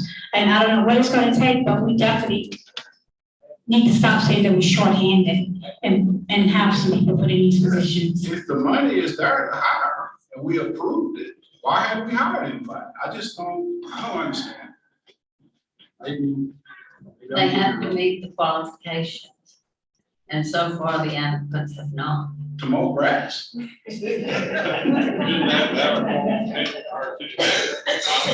Oh. Yeah. We did that. If I may add to that, I'm sorry. And as far as mowing grass, I have seen some better maintenance. I don't know if they had some training or what, but the last time I saw it, it was done a little better. It wasn't just pushed down, it was actually mowed. Thank you very much. That's called leadership. Don't get me wrong. The people that all work, they're doing a great job. They work their tails off. I know all, the majority of them, I know. All I'm saying is, if we approve the money to hire people, hire them, please. Mayor, may I make a second motion for this next word? I make a motion that we do this. Carolyn, could you put it in your motion that we give them 6 months, 4 months, or whatever you say? Is that agreeable with you? Yes, ma'am. To do 6 months? Yes, ma'am. And just see. And like you say, there are a lot of people out there looking. Yes. Carolyn, you made the motion, James seconded, and we're gonna give them 6 months, look at it. Is that all right with council? All those in favor, raise your right hand. Against, the same sign. Okay. Item 20, consideration and possible action on approval of a citizen request to place a memorial bench at the old city park in honor of James Alex Hurley. You were here, okay. Does council need any more time on that? Or we have a motion that. Yes, I'm sorry, go ahead. I like the motion, make a motion that we go ahead and approve that. And I'll That's second one that. good positive thing, I think that we can at least agree on that. And I'm second again. And I think this is something we could do forever. I'd like to see front benches all over that, Correct. all over Campbell Park, in honor of loved ones. We have an example for it. Danny, you made the motion. Marilyn seconded. Any other discussion?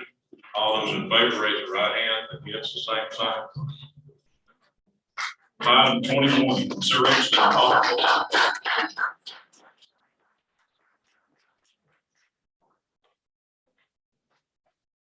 Consideration and possible action on authorizing city manager to sign a letter for the Texas Department of Transportation stating that McGruder Street between County Road 3997 and County Road 3995 is not in the city limits to assist with closing of land acquisitions for freeway construction. Just they think it's ours, and we're just telling them it's not.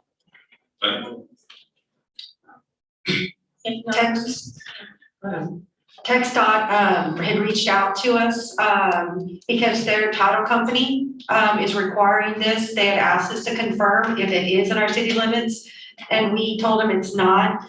But their title company requires them to provide, to get us to give them a letter that says it's not in our city limits. And so that's all we're trying to do is just comply with their title compliance.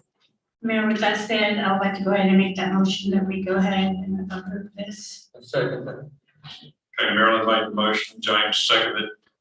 Any other discussion by council? All those in favor, raise your right hand. Those against, the same sign.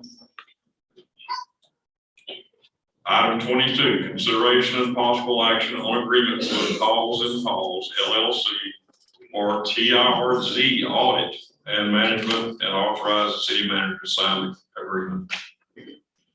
Who wants to talk about that? Okay. Mayor and Council, this is a representative from Halls and Halls, here to discuss the audit for our turfs 1 and 2. Before she gets started, let me just say that we at the staff level have been talking about doing something for a long time. When we first created this turf, you had the city attorney's office, as Darrell was doing, but you're paying a lawyer to do administrative services. So I guess Stacy just by happenstance ran into one of the principals and had a conversation about administration, which is totally different than legal assistance. So that's how this all started. It's really something that we support too, because it's going to save you a lot more money. Yeah. Leery of it. Well, that's what, I'll let her give a presentation, but I believe this is the kind of stuff. Good afternoon, Mayor and Council. I'm Nina Megan with Hospital and Associates.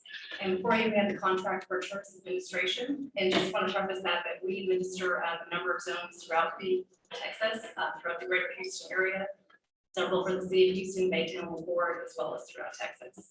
So basically the contract before you, we did a preliminary review to kind of see what services you all would need. And basically the contract is broken down into 2 components. The initial component is really helping finishing set up the reinvestment zone. While they're set up, when you create a reinvestment zone, there's a lot of initial work in terms of working with the tax office, the appraisal district, the city, the county, and making sure boundaries are accurately reported and making sure that we get an accurate increment report each year that's actually ratified when values are protested. So, Ma'am, can you just explain, probably the audience doesn't know what TRZ is? yes, Okay. absolutely. Please. So it's a tax increment reinvestment zone, and the city has 2. And basically, this is a zone over a defined area, it's a boundary. And within that zone, within the year that it was created, both of these were created for specific developments.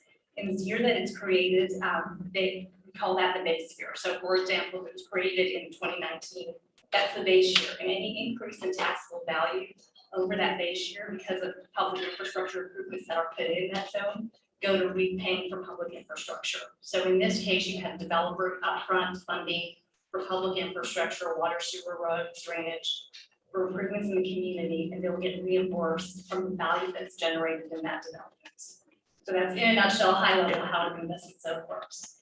And so basically we're coming in to kind of help with that initial process, initial evaluation, as well as some of the initial state reporting. When you create a reinvestment zone, there are some documents and forms that need to be filled out for the state statute. So we will kind of help set that up and establish that. And then beyond that, because this reinvestment zone is more developer driven, we don't foresee a whole lot of administration. We may only meet a couple of times a year to get reports from the developer and updates and kind of go through the process of looking at your increment and looking at what needs to be reimbursed for the developer. So we don't anticipate a whole lot of meetings. So we've charged a per meeting fee to cover that. We will also cover your annual state reporting requirements because the state does require annual reporting for each one of your reinvestment zones. So we would cover that in that per meeting fee as well. What are we talking Pardon? Oh, so for the first initial assessment, it's been working with the tax office and the appraisal district in the city is $10,000 for that initial, that's a one-time. And then after that, it's just when you meet as a board, $2,000 per meeting. If you only meet once a year, that's all it is. We have communities that thought that's all they've done. If you need to meet a couple of times a year, it'll just be per board meeting. I do not anticipate you all, because it is developer driven, both through reinvestment zones. There's not a whole lot of administration. Once we set it all out, it's a pretty automatic process and then just annual state reporting. David, sounds like you were paying you. More than that. Okay, I knew that. But I mean, yes, and the per meeting fee is not amazing for what they do. Like I said, with our turfs, they're pretty automatic once they get. Yeah. Really, the trouble we're having right now is with our with some of our county partners and understanding the process and making sure the increments proper. I know that Bobby was having challenges with that, states have to deal with that, but they'll work with the president and the tax assessor collection office to make sure everybody's on the same page. That initial fee in and of itself will make Angela bunch of staff. Leslie's life, a hell of a lot. So there is value. So, that's good. That's good. Thank you. Thank you. I make a motion that we approve this contract. A motion from Carolyn, and a second from James. Any other discussion? All those in favor, raise your right hand. Same sign against. So we have one bids.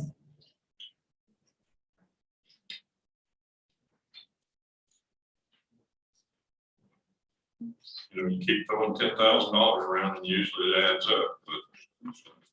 Well, in this I'm case, sure. yeah, Mayor, it's something that we would have had done as staff at my level and have that end of the day. Like, It was probably scary, so you probably won't pay any, but yes, that's fine then. Item 23, consideration of possible action on acceptance of special warranty deed for 1 acre property known as Lot 4, Block 1.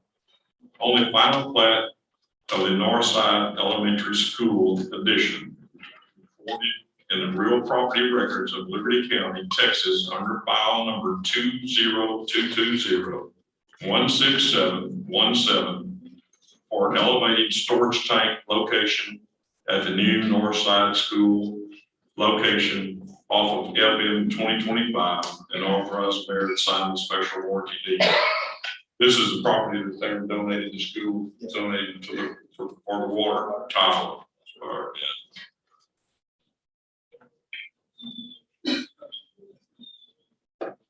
We already got it going. I don't know what they do. We didn't take the property, but it's looking good out there. I make the motion that we approve the duty and authorization of manager to sign the city. The sign, the city attorney agrees. I think it says the mayor, Dolores. It says, approve the deed and authorize the mayor to sign if the city attorney agrees. I've reviewed it. It's a very standard special. Okay. Dolores made the motion. I get a second. Carol made a second. Any other discussion?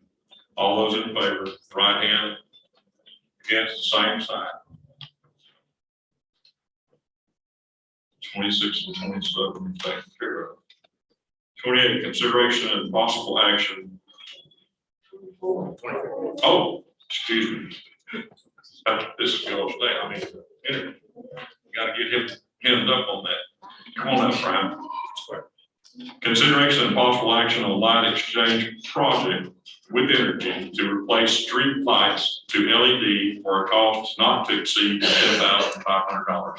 Brian, he's our representative with energy. I want to call it Gulf States, but a lot of people. Energy. Okay, go ahead, Brian. Yeah, Brian Garcia, customer service manager for the area. Thank you, Mr. Mayor and Council, for allowing me to speak today. Just wanted to talk to you all today about spreading a little lighting of Cleveland. This is an initiative, the street lighting project. We've been working with folks from the city, folks from Mr. Williams' team. It was, from what I understand, record shows that this all started with the 2021 Christmas parade. Afterwards, there were quite a few comments about, man, it's dark. Yeah. And that's kind of what started it all. So I was brought in, and the question is asked, like, what do we need to do to make things brighter? So this is something that we take serious on a lot of levels. There's, like I said, myriad concerns when it comes to dark spots in the city. There's safety, obviously the aesthetics and growth. When we talk about Cleveland and this part of the county growing the way it is, it's important. You want to look like the kind of city you want to become, right?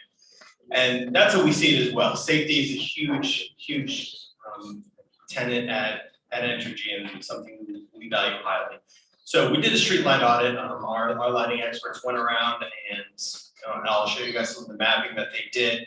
But we looked at where all the lights were, where all the poles were, and basically put together what that upgrade opportunity would be. So to be clear, what we're talking about here is all of the existing lights, upgrading them to an LED light from a more traditional.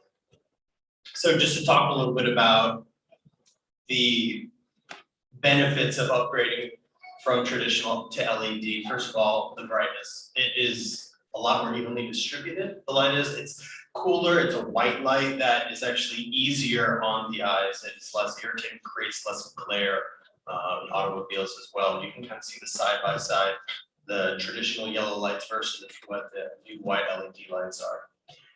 Improved longevity is a big deal. These lights last a lot longer than traditional lights. It's not a ballast, it's a whole fixture that all you gotta do is go up, unplug it, plug it back in.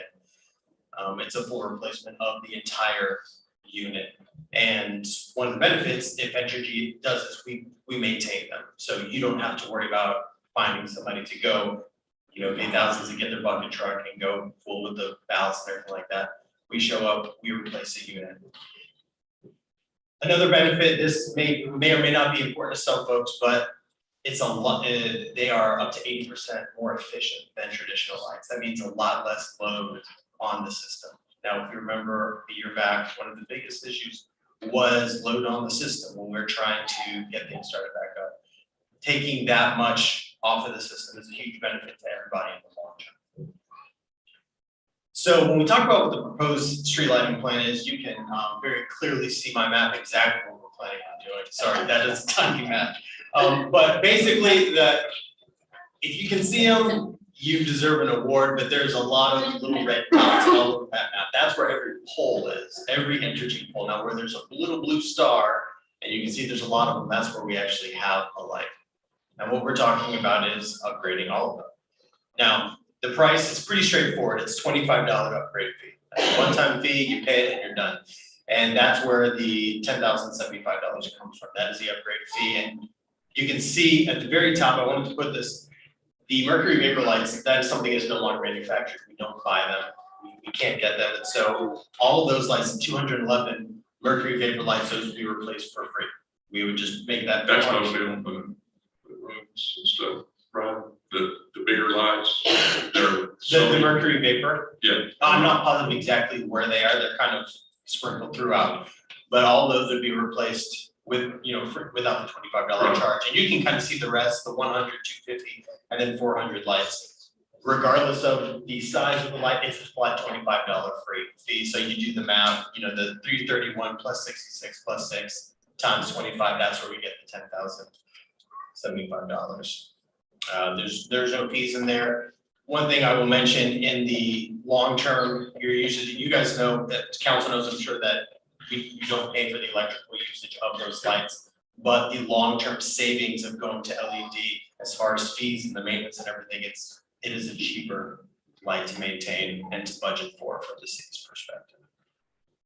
What kind of time period, Brian? I'm glad you asked, Mr. Mayor. I'll turn your attention to the next Well, slide. I can't see that.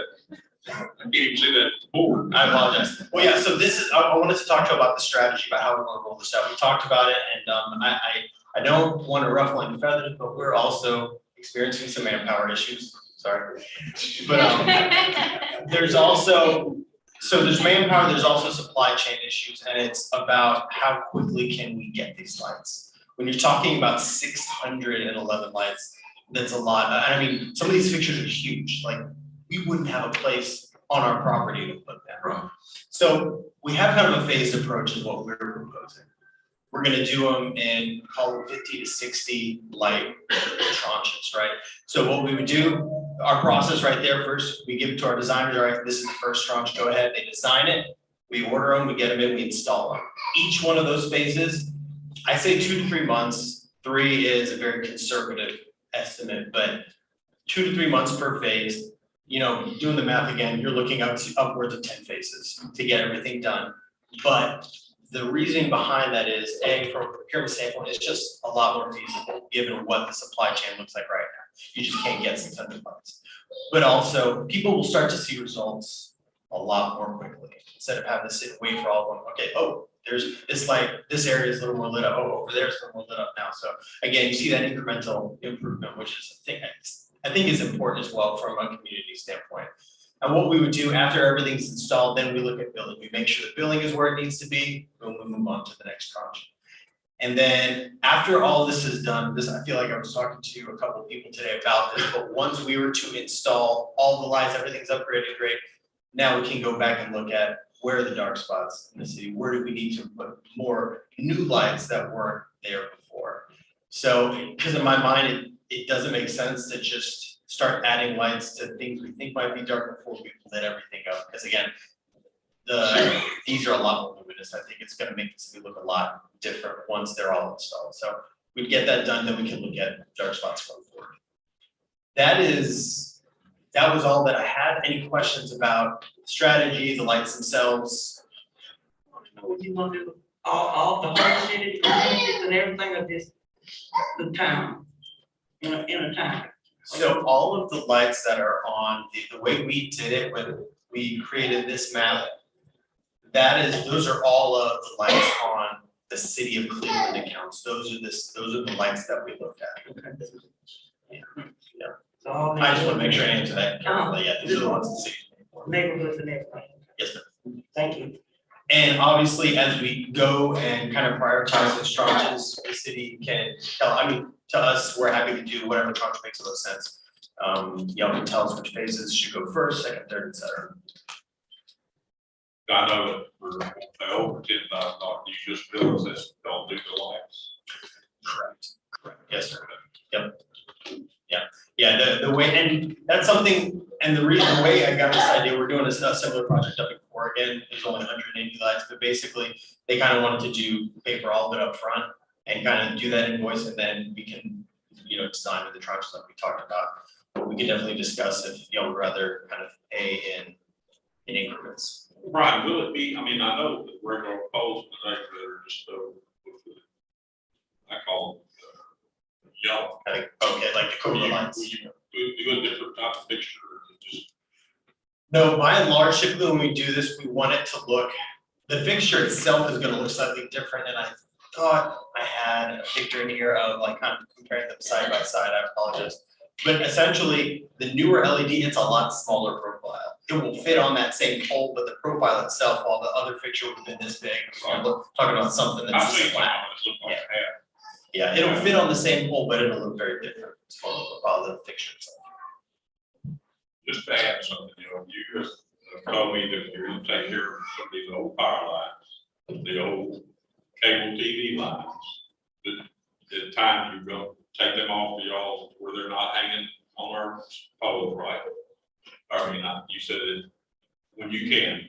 So the last meeting we had, Stacy and Leslie and Leslie's team were there. We discussed again, almost a phase approach to that, like getting the lighting going. And once we have that rhythm, then we can go. And if y'all will identify some of those kind of, we refer to them as eyesores, we can go and say, okay, this is what's ours. This is what we can fix and when we can do it. But yeah, absolutely. My pet peeve, you know what I'm gonna say, Brian, you already know. When y'all cut a tree and y'all just cut that tree right down and you leave it and just go off and the limbs are going everywhere in the world.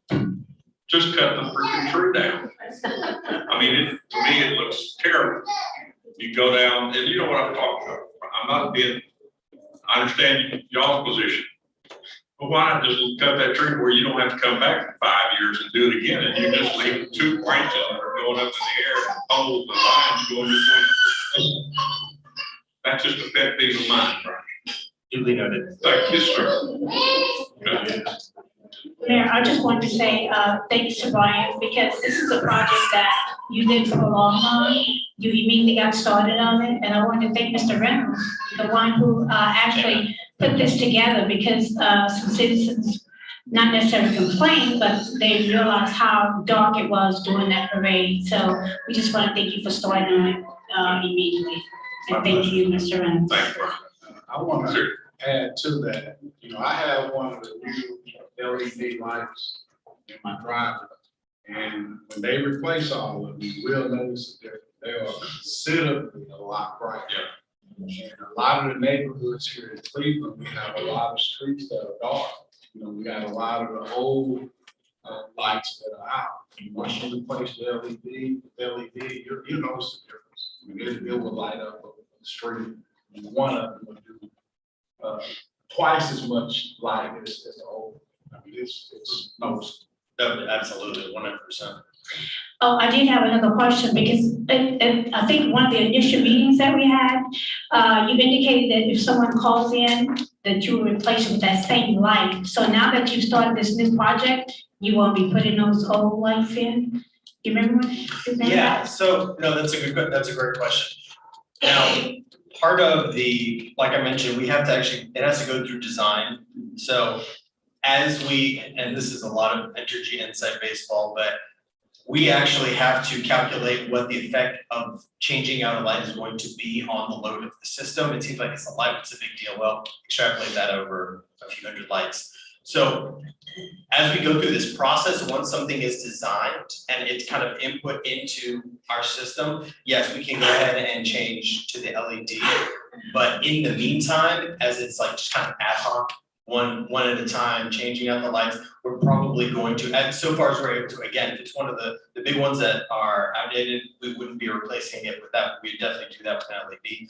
But if it's outside of the scope of the project, in the meantime, we would have to continue to replace it with the existing style so far as it's available.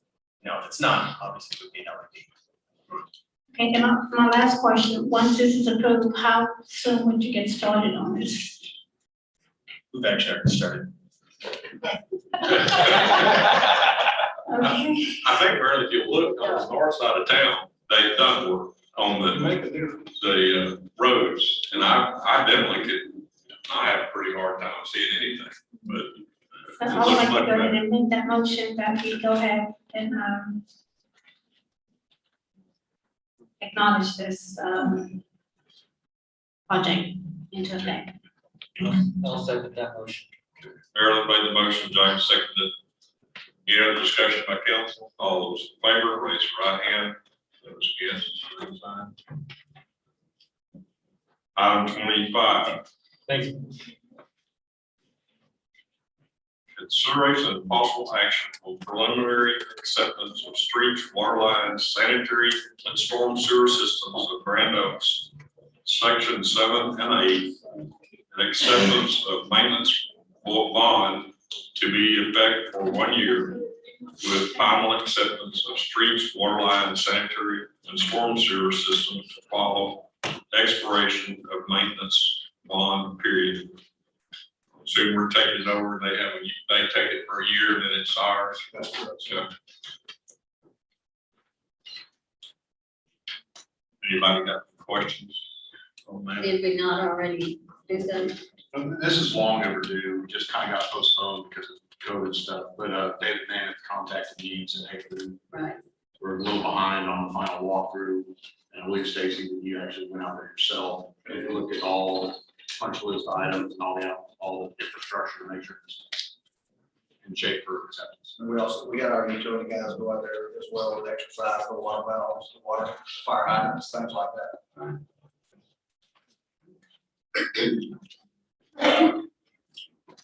John, will you make a motion? Yeah, yes, I'll make a motion that we go ahead with this. I'll second. Carolyn made a motion, Marilyn seconded it. Any other discussion for council? All those in favor, raise your right hand. Same against, same sign. 28. Consideration and possible action on authorization to issue requests for proposals. This is RFPs for administration services and requests for qualifications for engineering services related to the Community Development Grant 2019 Tropical Storm Amita DR-4466 grant program administrated by the Texas General Land Office, DLO. You will do that. Stacy. Yes, sir. This is all we're asking for, Mayor, is the opportunity for staff to proceed with a opportunity to look into another CDGB grant from Tropical Storm Melda. This particular grant can be up from $250,000 up to $1 million. It's only got a 1% city match. The reason we're asking for it at this point in time is there's a there's a deadline for it, I believe it's August 1st. So we're just asking for y'all's approval for us to pursue our options. Who actually does that? Is it and who doesn't?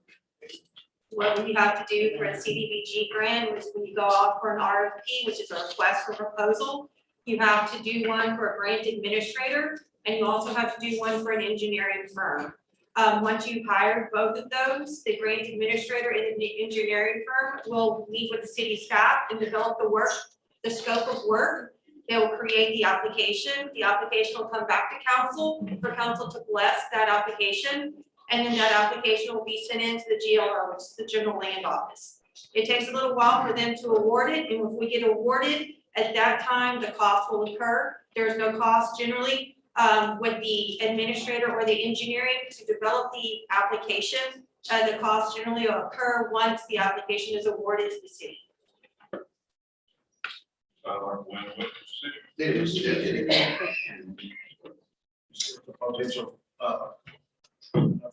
opportunity. We don't know what we're good for. I would considering all circumstances, I think we need to strongly look at the grant project. Sure. Yeah, in lots of places. Mayor, I'd like to make a motion that we go ahead and request these proposals to move forward with this project for the grant. That's it. Marilyn made a motion, George seconded. Any other discussion by the council? All those in favor, raise your right hand. Thank you. Against. Item 29, consideration of possible action on agreement with South Cleveland Water Supply for emergency water supply interconnect and if needed authorize city manager to sign the agreement. Dave, you Yes, I'll touch briefly on this. This really just came to our attention. I got an email from Larry Forster's former counsel for South Cleveland Water Supply Corporation, requesting that we entertain this emergency interconnect. The interconnect, it's my understanding, and Lindsay is somewhere. She's going to give some background, but this thing's been there a long time. It was never memorialized by an agreement. TCEQ has, I assume, got in touch with South Cleveland and said, hey guys, you need to formalize this type of arrangement if you're going to continue it. I'll let her give you some background and then I'll give you my thoughts on the agreement that was sent to us. So you're saying it's gonna It's not, there's nothing allowing for it in writing, but there is an existing infrastructure that's already in place. It has never been used, is my understanding. Not to minor Robert's knowledge, so 21 plus People that years. have been here as long as, a lot longer than I have, can't remember that it ever being used. But at some point in the past, there must have been an agreement between the two entities. What is it saying though, if they have something happen bad, we would let them? If they have an emergency and they lose pressure and we are capable of providing it, then yes, it allows for that relationship. It's actually already connected. Yes. But I mean, if they want it, we need to give it to them. Yes, and I'll get into that, kind of some of the suggested revisions I'd like y'all to bless so that I can have a real conversation. Robert and I kind of did brief research and just talked about it. As long as Robert's been here, 21, almost 22 years, we have no record of any agreement that was ever there. We've talked to TCEQ. They're telling us that they can't, it would be older than 20 years. So it would be in our best interest, if we're gonna keep it active, that we would need a new agreement. Because there's nothing they can find either. They have to research it. If we go into an agreement, it just changes stuff for us. We have to report a little bit differently, and we just need to know what direction we're going in. Yeah, We're not gonna really be spending. no, and that's one of the things I wanted to talk about is what's being proposed. It's called emergency water supply agreement. So in case that they have an emergency, catastrophic, lose pressure, it allows them to maintain pressure so they don't get into a boiling water or even worse situation. These things really don't happen very often, and these types of agreements are pretty commonplace. Let me ask you, does that work just the opposite if they? No, it does not. It does not in this case. They don't have enough to support. Yeah, I'm not sure that we would even want. No, I understand, it's just weird, it's just one way. Well, and again, the reason that it was initially done is they had one water. I believe they're in the process of constructing a second. Yes. But it's my gut that TCQ, this came to TCQ's attention, and they probably said, you guys need to formalize this if you're going to continue this type of connection. This does have built into it, and I don't have this, is this in their package? Yes, sir. Okay, great. So y'all can take a look at the agreement at some point if you haven't already. It's very standard. I had Scott Bounce, who represents Gulf Coast Water Authority in Southeast Texas, and they do this kind of stuff all the time. They look at it, it's pretty standard. He did suggest, and I looked into it, I think it's a good idea that we shore up our discretion in providing water, meaning we think it's going to impact our ability or our pressure or anything, that we don't have any obligation to provide. So it gives us sole discretion with adding something to that effect. And then also, they agree to pay what we charge out of city funds, water rates, for the water usage that they use, and it has been represented, there's a meter on. Is it meter? Yes, It would be metered, yeah. it is currently, is my understanding. Whether that meter works or not, who knows? Nobody knows. Yes, it's old, who knows, but it would be required to be in working order. My suggestion and Scott's suggestion was that there is additional staff time reporting. It's not a whole lot, but it is staff time, and it does involve us. So I think just for the opportunity cost alone of allowing for that interconnect, that they should pay some sort of an annual fee. I'm not sure what that looks like, but that would offset any burden or expense that it had offset staff. So you're saying that you're gonna bring us back? I would like authority to work with Larry to come up with something that it has a little more teeth in it, protects the city a little more, and bring it back here for your consideration next week. Is everybody okay with that? Doesn't mean you have to approve it, it's just, I do want to tweak this just a little bit. Yeah, just as long as we have time to sort of review this and look over it and tweet it or whatever you have to do, instead of Absolutely. trying to make a decision. Yeah, if you, Marilyn, if you have any questions about it after you go through it, you know. It's not really tabling, it's, I just want to, it's conceptual at this point. I think that it exists, so it's being very neighborly, but I also think we need some more stuff in here to protect our interests. Yeah, and it'll give us time to review. Yes, ma'am. ins and outs. So really, I don't need action, I just want to make sure everybody's on board with me working with their attorney to come in. All right, there. That's all I need. Item 30, reconsideration on direct staff to proceed with a request for proposal for the ambulance service. The city of Cleveland are allowed for ongoing contract renewal with the current vendor. We talked about this last meeting. One of the councilmen decided he wanted to change his vote after 3 days. He mentioned his name. So it's back on the agenda. May I say something? Yes. Okay, we did have someone to speak on this earlier, and at the previous meeting, we asked, was there any issues or problems, and it was stated that there wasn't. So at this meeting here, we had someone to come and say there were some issues. I would like to know what those issues are. And I think our fireman, our fire chief as well spoke on this, so I think we need to, I don't know, I don't see having a vote at this time, but I think due to the fact that we have had some things brought up to us, it is our job to look into it.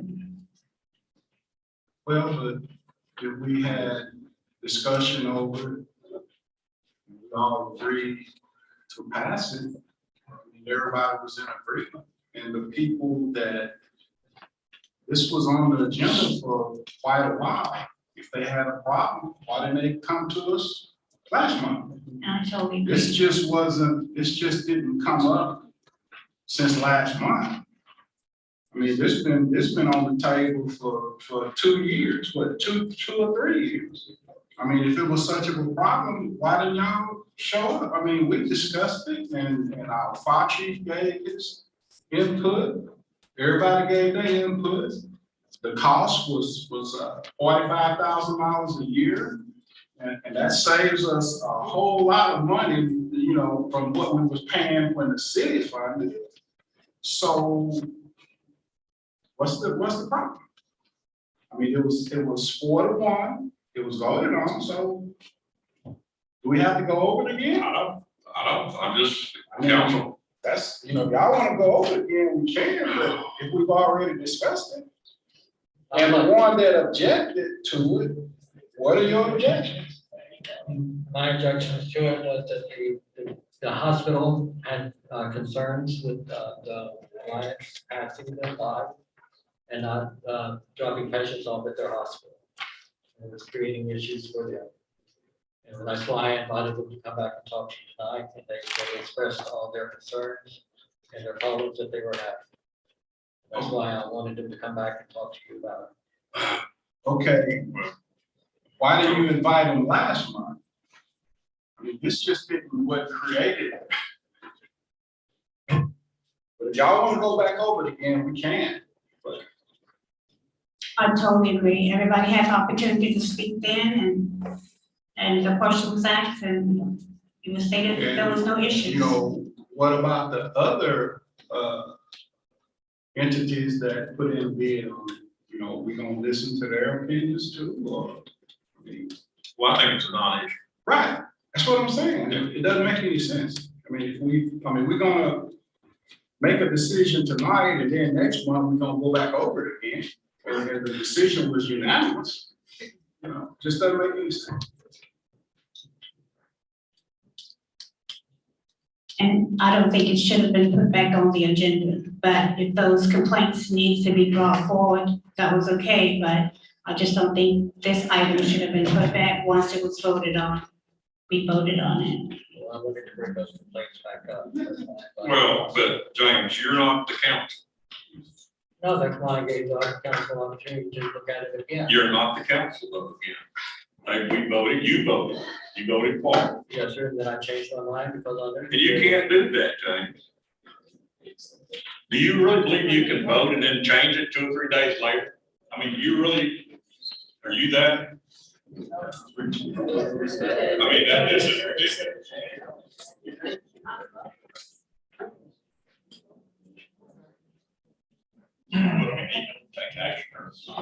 And if y'all remember, this contract had an automatic renewal in it.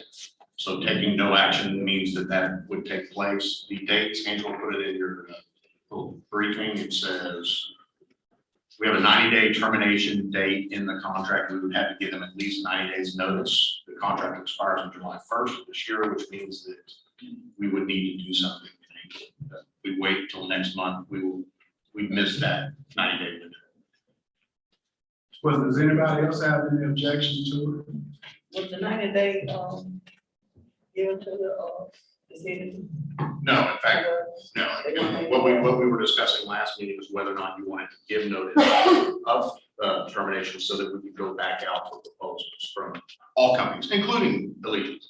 So but y'all decided not to, and therefore, just by inaction, it will automatically. Can, since police on the hospital and the ambulance service, can they put like an agreement that they stop by there, or if it's the patient request not to go there? No, well, that's out of my field. It'd be probably more proper for our fire chief or the ambulance service themselves to answer that question on how that operates. What's the question? I'll answer it. How the rotation works as far There as. is no rotation. Okay.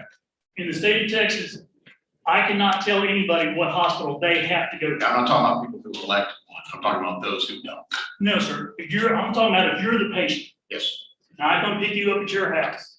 I cannot tell you that you're going to go to Liberty Day Meal because you're having a heart attack. Because they're our local service. Okay? You can't do that. If you tell me your doctor's at a certain facility, if we can get you there, we'll get you there. Back when we had the city service, we used to get complaints all the time that we flew too often. We can't drive people to Galveston. We can't drive people to downtown when we only have a couple Medicaid. So we flew a lot. That's what we had to do to make sure the city was covered with EMS. We cannot dictate where a patient has to go. What do you do if somebody is unable to tell you anything? The rules for the state of Texas, Department of Health, is that you take them to the closest, most appropriate facility for what's going on. Am I allowed to say anything at the hospital? I think the mayor's gonna give, I mean, you really have to run that through the mayor's chair. Your discretion, sir. I think both parties should have an opportunity. I'll leave that up to you. That's your. The thing about it, you know, he mentioned, you know, having a problem, and I talked to Bobby several times about it. He said, you know, there are people still got a stigma going to this hospital. You may not believe it, it happens, and they're gonna say, hey, I don't wanna go to this hospital, I wanna go to Kingwood, you know, and that's gonna happen. Yes, sir. We have no control of that. Right, but what you. I've never had a complaint. You said we had complaints. I've never had a complaint issued to me. Now, I was here when we had the ambulances, and I knew we spent hundreds of thousands of dollars on ambulances, and I knew we had complaints nearly every day on where you were taken or where you're not taken. I really felt like, I've talked to Patty about it. I talked to, I can't remember the different people, you know that, but I'm just saying, we all agreed, and the line said, hey, we're gonna try to make it as equitable as we can. Now, that don't mean there's gonna be times that people are gonna say, I don't wanna go to Cleveland, I wanna go on to Kingwood. Yes, sir. And if I had a choice, and I can go to probably one of the world, not the state or anything, right in our back door, and I get there, I'm probably gonna go there before I go to hospitals here. I love the hospital, don't get me wrong, and you know I do. I support y'all, and I support Patty and everybody else in the hospital, but I'm just saying, you can't expect, and I'll go with Sean, I think he's already said that we do the best we can. It may not be always to your thoughts, and it may not be even to my thoughts. But I feel like we're probably, I had arguments where they would call and somebody would go off and they would want to meet with me to decide who's gonna go to. I don't want to go back to that. And I don't. I know, you've been a friend of the hospital, and we are a friend of Cleveland, we continue to be a friend of Cleveland. Yes. But for your fire chief to sit there and say that he does not involve himself is not true. There are EMTs and there are paramedics who will tell you that he talks disparagingly about our hospital to them and to others in route. Sir, if we're going to be principled, we're going to be principled. Well, and I understand that, but I've never had anybody call me on Sean and say, hey, this isn't about Sean. I'm just saying, but to our fire department, period, you know, And all we're asking, I'm not asking you to fire allegiance. Monty is my friend after 5. We're like the Cowboys and Chicago. We have a job after 5. After 5, he's my friend. What we're asking is for you to open the contract up for discussion. I don't matter, it doesn't matter if it's city, if it's Allegiance, if it's Texan, open the contract up. That's all we're asking. Look at it and see. City's offering more services with a fixed wing aircraft. We've talked to y'all about that. Basing it out of here, an extra truck, an extra crew. That's just one. There are other EMS services who are wanting to come in here and do the job. Why can't we hear from them? If we're gonna talk about growing Cleveland, grow Cleveland. Grow Cleveland. I just don't see, we don't have something broke right now, why go somewhere? It is broke. I don't. Sir, I can't be in compliance with the state without run sheets. Monty and I had this discussion today. Monty and I talked about it. We've been working on this for 2 years. And I'd like to say, I'm the Allegiance Vice President, back. You know, we take the patient where they want to go, unless they can. If you have a broke family, do you want to get taken here, or do you want to get taken within reason, right up the road? He says he had a problem with run sheets. We gave them access to our system. Every patient, yes, sir, we have. I'm not going to argue with him, Mayor. We gave them access to that. We looked in there again today. They had access. It's emailed to us. They never contacted us saying, hey, the access didn't work and we sent it to us. Same thing. This is also the company, this is the hospital that owes us over $75,000. That's over 180 days old. So when he said earlier that I wouldn't meet with them, I would love to meet with them. Because I'd love to go over that, but we don't differentiate the hospitals. We take them where they want to go. The patient has the right to choose. And then we have the right to, if they're unable to make that decision, take them to the most appropriate facility. If you're unconscious and we think you're having a stroke, we need to take you somewhere where there's a neurologist on staff. We've asked you to do that with students and. Well, and you give us a report. Yes, sir. A monthly report. Yes, sir. And we've met. Everybody gets it. I don't know if everybody's looked at it, but we do get it. And we meet y'all's expectations every month since we've taken over the contract. I just wanted to, and I'm here if anybody's got any questions. You know, we've tried to be partners with them. You know, there was this big of an issue. I thought he would have called me. I live around here. I don't know. Well, Not stop by my hospital. Hey, at the end of the day, it's all about the citizens of Cleveland. Yes, sir. I've been here my whole life. I know everybody. Everybody know me. In the last 6 years, I haven't had not one complaint. I think y'all been on now for about 2 years. It's your second year. Yes, sir. I haven't heard of any complaint. And we discussed all of this at the meeting last month. So why are we going here? We got other stuff.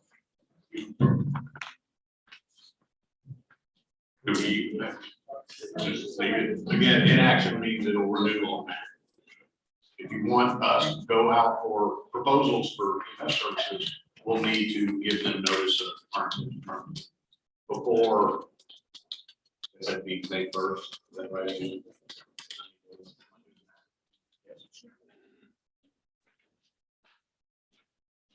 Means we need, staff needs guidance. I don't see anybody check. If there's no motion or second or vote on it, we'll go on to the next item.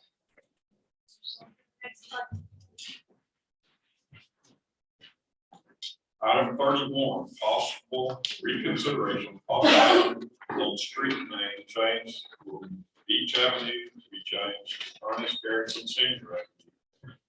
And/or Ernest Carrington Senior Avenue to be changed back to Beach Avenue, and possible action.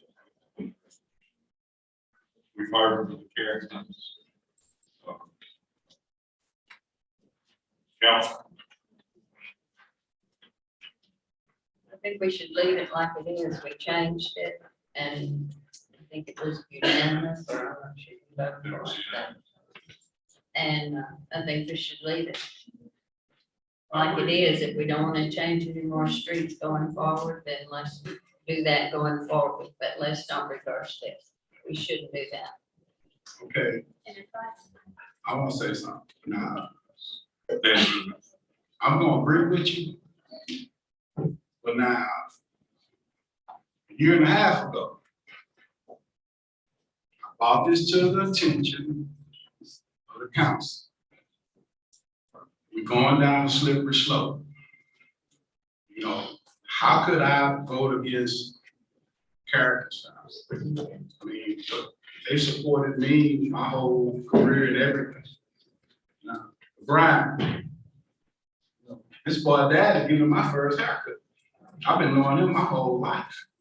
What I said last year was, this is gonna cause confusion in the community.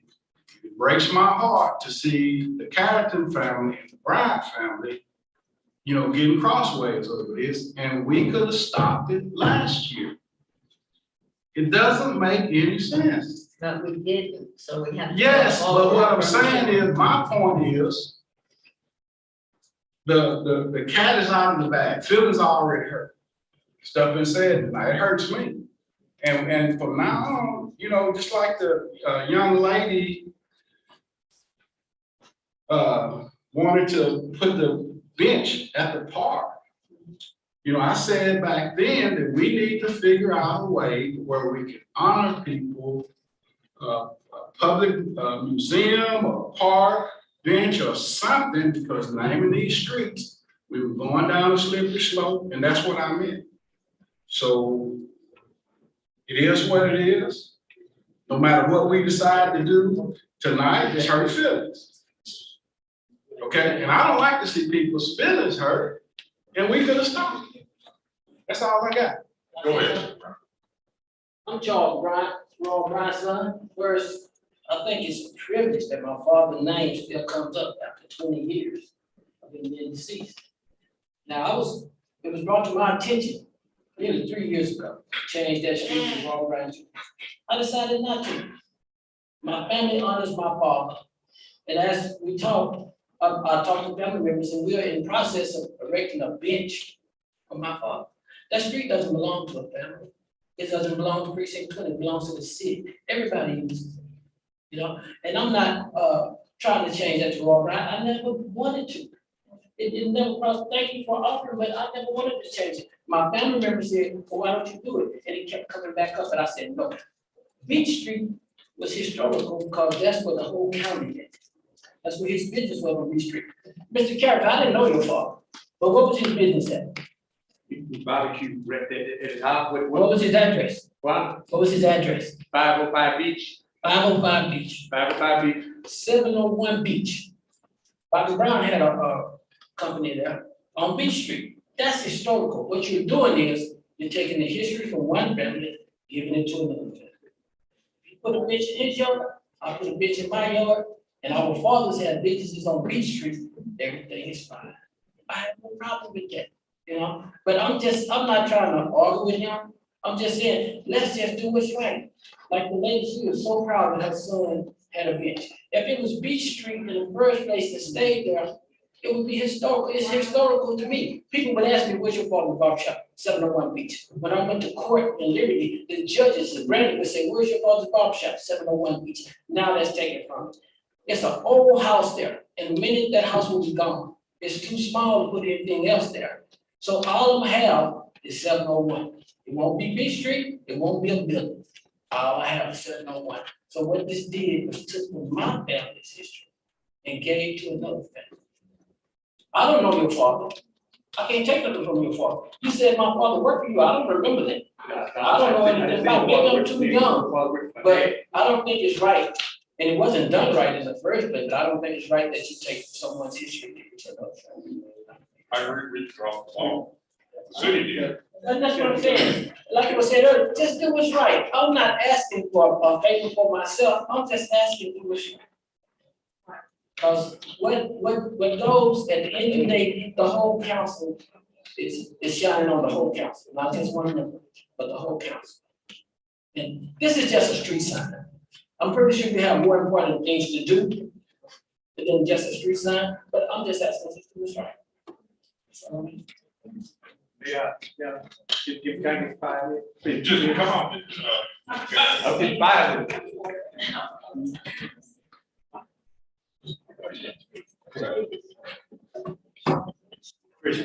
I appreciate the council. Don't worry, no. Got to do your finger back, do your church, got your finger on me. So, like, I really hate you didn't know my father. First thing, like I said, the dad and my did that. Let me address something. 4 in trail house never got there. I don't want to clear that spot out for the trail house there. Me, my father. Miss Hodgson, her cousin, their cousin down there, had home there first. Only reason your father came over there on that street got cut hair, so he can get person. Because he got angry if a member, a person isn't here, because the school sold the school a lot of money. And then the other guy was cutting hair, he got angry, because your daddy was cutting hair over there on the street. And then your uncles came in there, she had 2 uncles there. He came there later on, started cutting hair in the front, while your two uncles lived in the back. My dad, he cut the dad hair, he did all this stuff too, but dad was already on the street. But dad had a store right there on that mall. And the biggest grocery store in Cleveland, Texas, over there in precinct 20, over there was street lived at night. My mother run that store for real, for years and years and years. I'm sorry not to be my father. So my father did a lot of great things. He was one here, precinct 20 together, he had them up over there. And your grandpa, your dad and stepdad, they have precinct 20 together. We wasn't all this division. But then so let's look at a street name. If a taxpayer got a logo on the left here, if they go out there want to get the name, do the 75 cents to get the name, they're supposed to do that. We ain't did nothing illegal, went to the back door. What about the taxpayer? Did nothing illegal. We got all the name, check the paper. Carrington, stay here just a minute. you and Mr. Bryan, there's no way that we could come up with something other to honor your dad. I'm not here to argue with. I know, I mean, would there be a possibility of us doing something for your dad? Other than what, changing back that street? I'm just saying, is there a possibility that y'all, What I would like to have had, that someone would have came and talked to me first, what you're proposing right now. I talked to Mr. Bryant before I talked to anybody else. Even before I talked to. I just say, hey, you know, I don't want to get into. Yeah, we not thinking battle. That's what I'm saying, I'm more than willing to work with, but I wish this would have happened before the night. You know, hindsight's 20/20, I wish we'd have done better ourselves. I'd rather him call me than have his wife call. She called me and she said, we want to change the name, and I said, wait, I should look consideration for my father's name, but I wasn't just want to do it, so I said, no, and she said, we know the process, and I said, yes, I do. And you know how much I appreciated and actually love your dad. He was a great man, and we need to honor him. I just think would there be a way that we can do it without having? And I would have wished that we could have came and talked to you about this first. I agree. Like, my father, he doesn't even, he would never ask for a name. Your father was one of the most important men to ever come to Cleveland. He has service. My father, the only thing he didn't want his name on was his barbershop and his commercial pilot license. That's it. He didn't ask for his name. All the things that he did in Cleveland, he never asked for his name. Exactly why they walked. The double slash, the city council, he never asked for that. My dad. I want to say something. Go ahead. Okay. This is heartbreaking. Okay, but I'm gonna say this here. At the end of the day, the people sitting around this table, we dropped the ball. We need to start, it's my last meeting, but whoever is on this council starting next month, it takes the mayor, 5 council people to work together. What we doing, man? Yeah. It's not good for Cleveland. It's embarrassing. You know, this is just not good. We gotta change up some things. And I hope the people that are listening, that see this on social media or whatever, you know, it's time that the people need to stand up, man. And we need to get ourselves together and do things right. It just doesn't look good. It doesn't look good. You know, both of you guys, we family, we grew up together. I think that down to which start from, which start from. Yeah. That's it. I understand, but what I'm saying, Charlie, we should have took care of it. We should have took care of it before it even got to this point. We didn't have our business from the start. This wouldn't happen. On that part, taxpayer have a right. Yes, I agree. People and I agree. You got to get so many. But we didn't do it. If we did go to them, that's what I agree. We didn't need this thing, because you have to get, all you have to get is 75% of the city. Check the record, 75%. I don't know what Cleveland got, I know what Harris County got.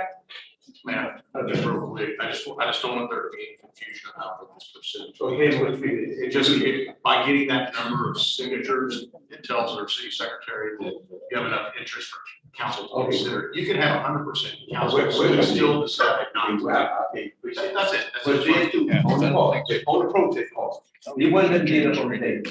If somebody had a protest call, we in the paper, it was good for them, it was very much what went on the thing. She brought all the people up, she said the paper she had wasn't no good. So she had to start all over again. She gave her a list of names to sit there, the names she needed to go out and get. She went out and got it. She went out and got the name. All the names, what she gave her to get. And then we brought it back on the city council, but now, if it wasn't done on the table, it did a protest, we shouldn't have that protest. Then, we done voted on this thing, and if we did something, you leave it up on the table, I don't understand. Wayne did that in secret. That's not true. This, I did my research also. They had several signatures that came from the same address. as if in 5 people lived in one house.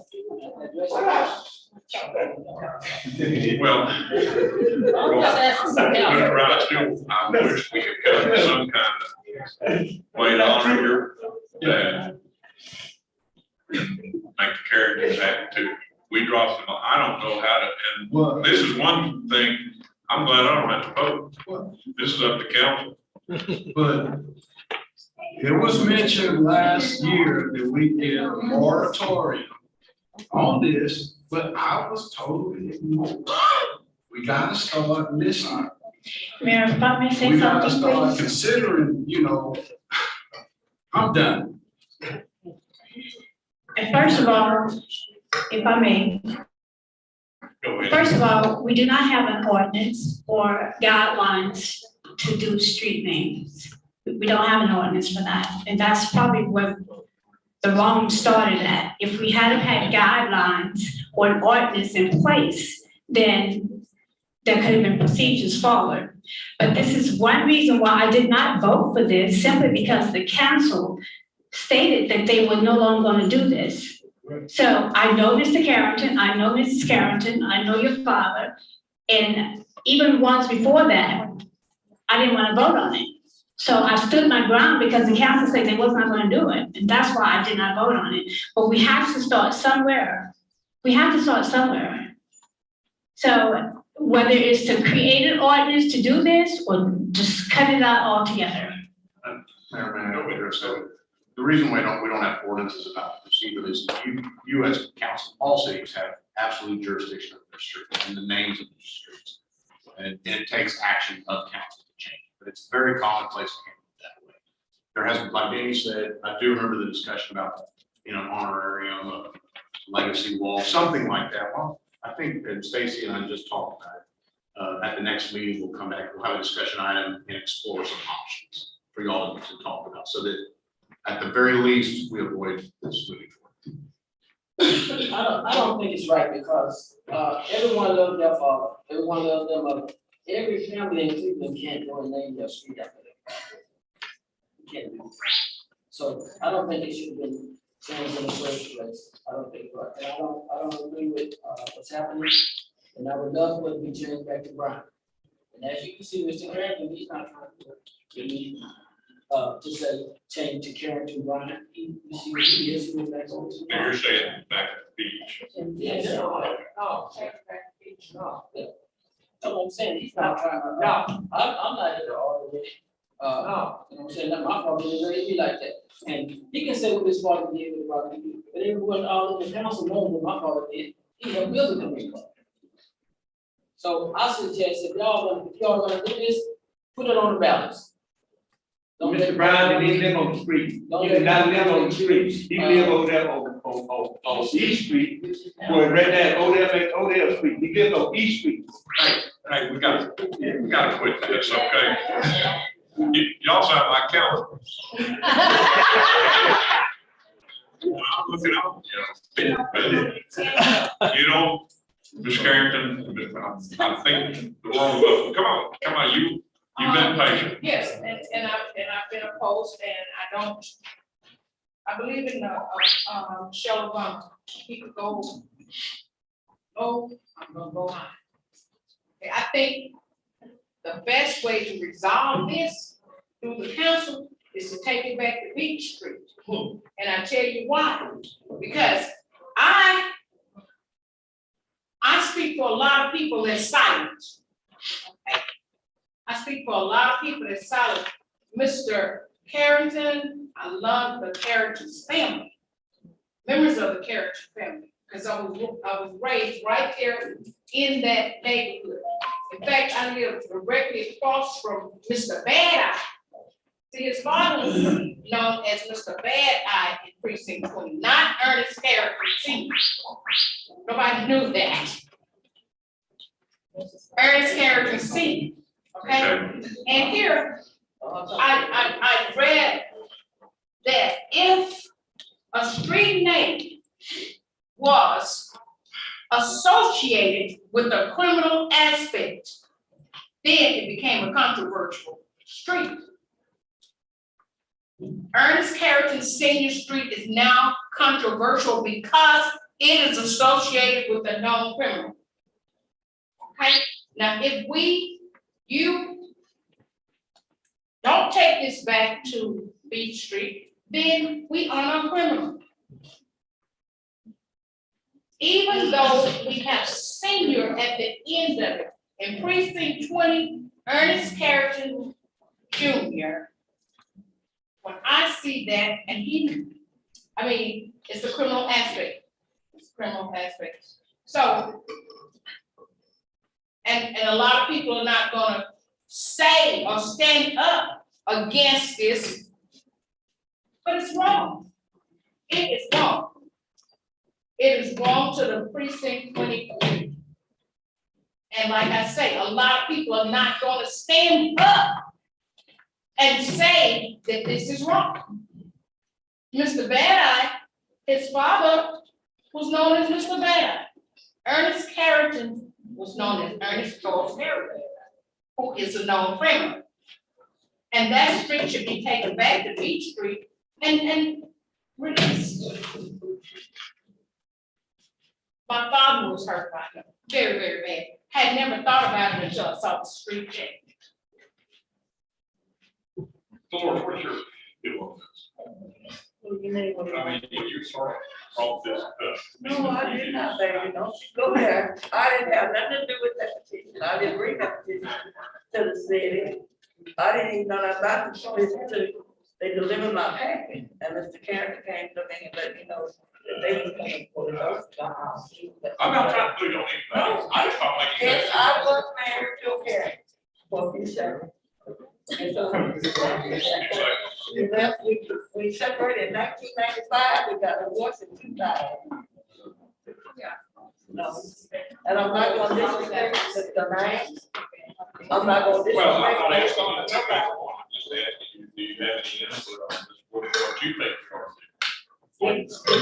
Charlie? They just said, they gotta wait for memorial and just to each yard. So the people, when they come by, they can stop and read the history of it. Come on, because Angela told us everything was done right. I understand. So we went by the city secretary, she said everything was done legally, and we voted like the city secretary told us legally. We didn't realize that. Okay, so we saw. Now, let's get the flag, another flag of memorial, and sit it in the. Well, that's what I was trying to talk about, Friday. And put it in the regular Mr. Also, put one up to the Mr. Kiki, because we was there with the school there. Mayor, we can't stay stuck on the same item. I make a recommendation that we, sort of put this on hold until we can come to an agreement of what to do. Carolyn made the motion to keep it. To keep it like it is. You are Carrington Street, and from this night forward, do something else for the people that we need to acknowledge. Not change the street sign, but do something else to acknowledge. So we need to make a decision and move forward. Even though I did not vote There's a on it, motion but on we the need floor, to. but the action's already been taken. Okay. So this is another item like the other one, where inaction means it'll just, the status quo will remain the So we same. need to be done with it and go on to the next item. Because the city secretary told us everything was done and legal and in order.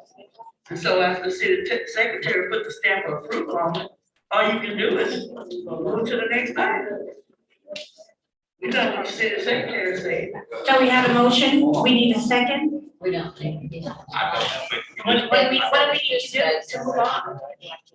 Mayor, we can move on to the next. Okay, so we go to the next item. I know everybody's been here, 32 items, to discuss and take action as applicable. The behavior, actions, responsibilities, and authorities of the mayor, Richard Ford. I know that's gonna get a lot.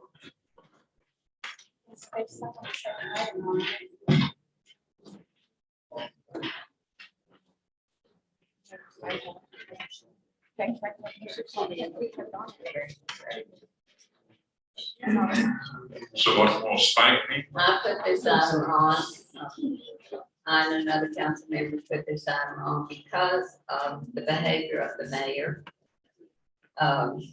toward our city manager and toward some of our council members.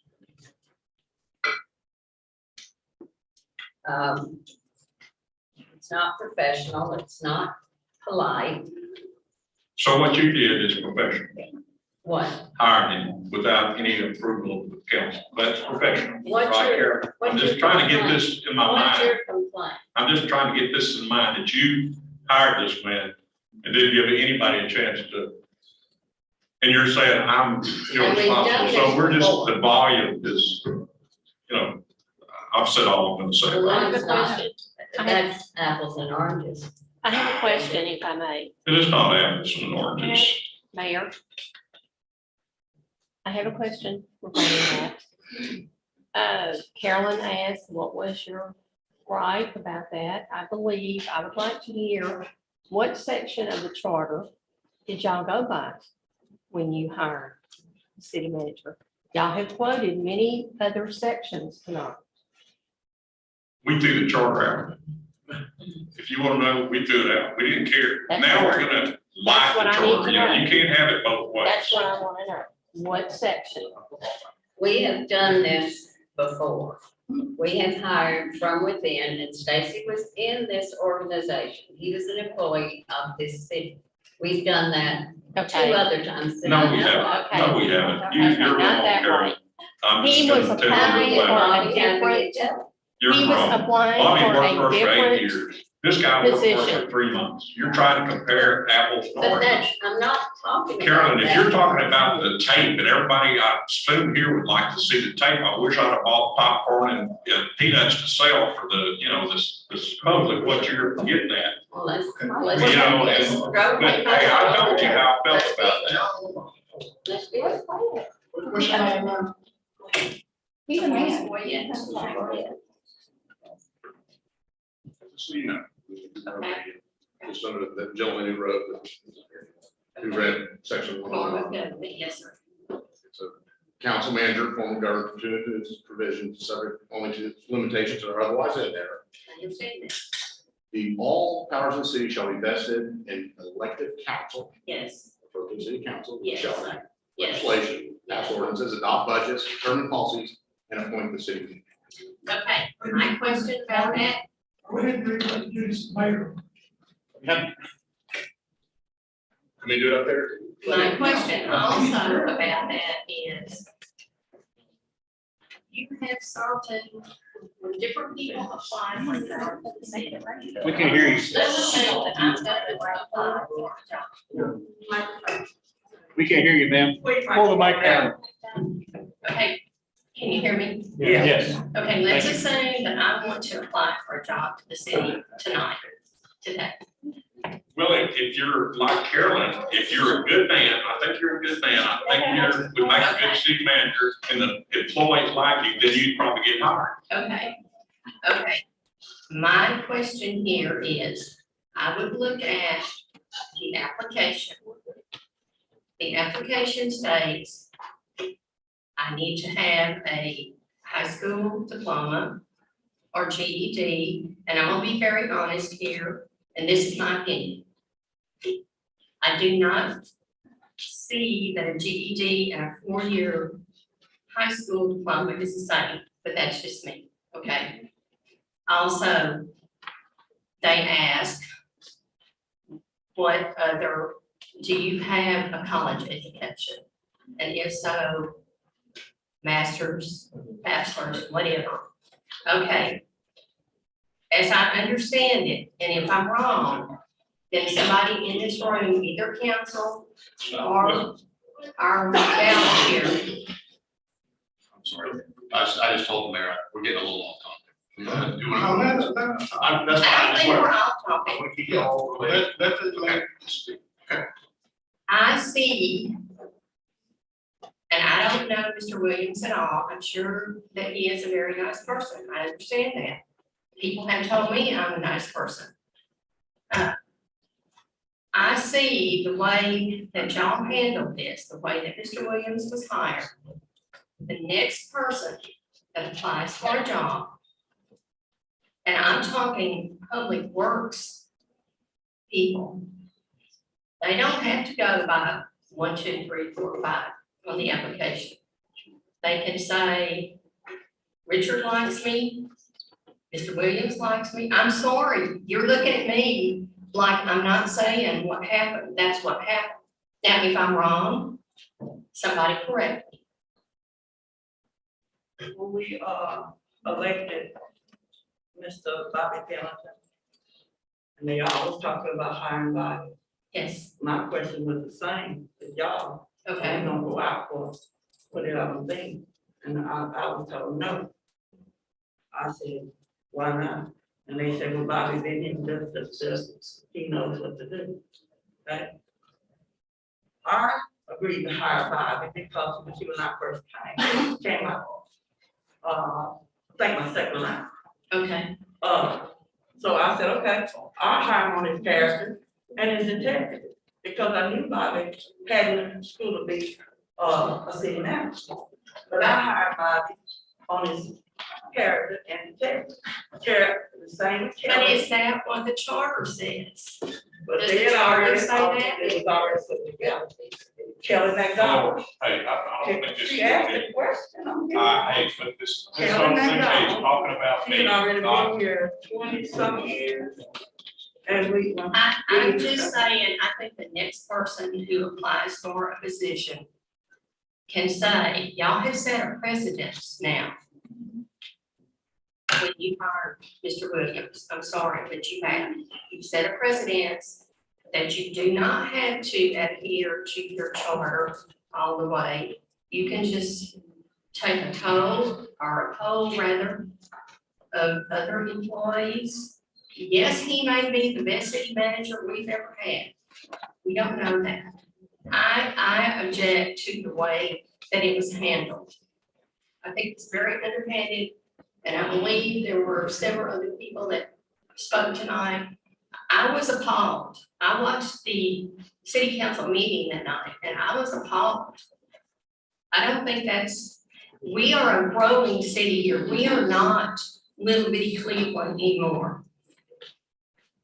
We are the biggest growing town in the state of Texas, and we can't just be the good old boys anymore. My other thing that I would like to say, the video that is circulating around, and I know that it is, I would like to know, anybody in this room, what is the purpose of that video other than to defame the mayor? The mayor is not even running for anything. He's already here.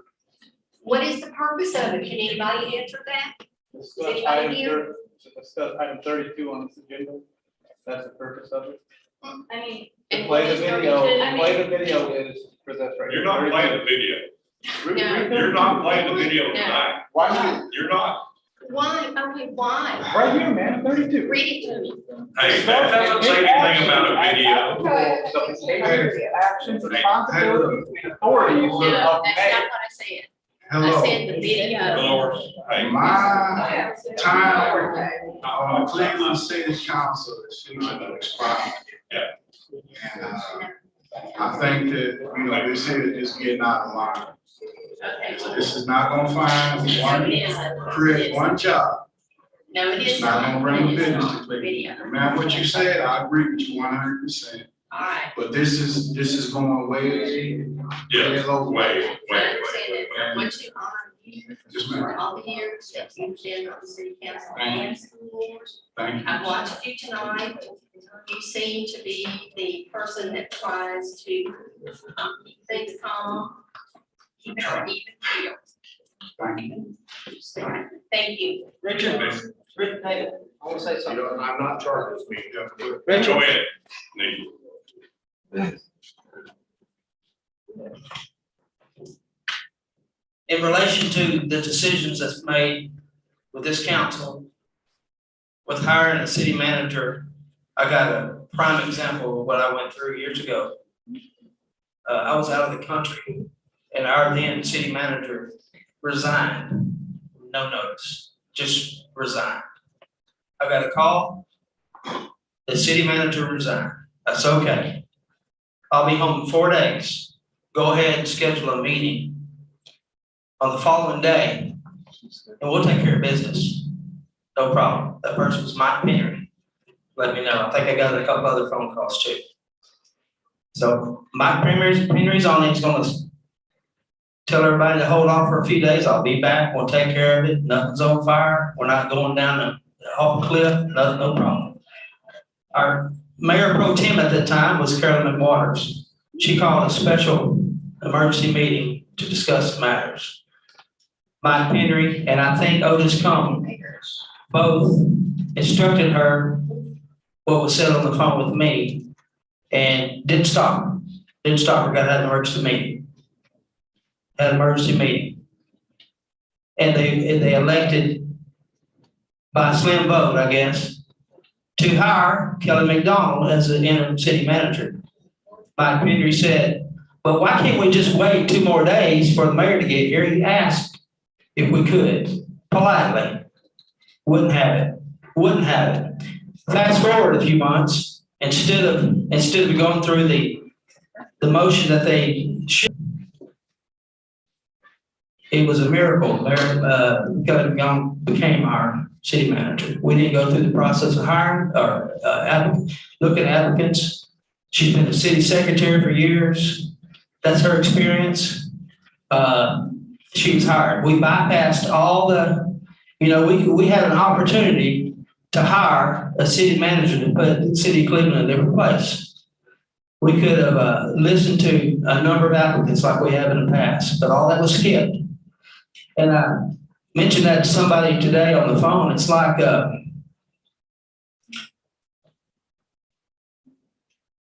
manager of a football team needs a quarterback.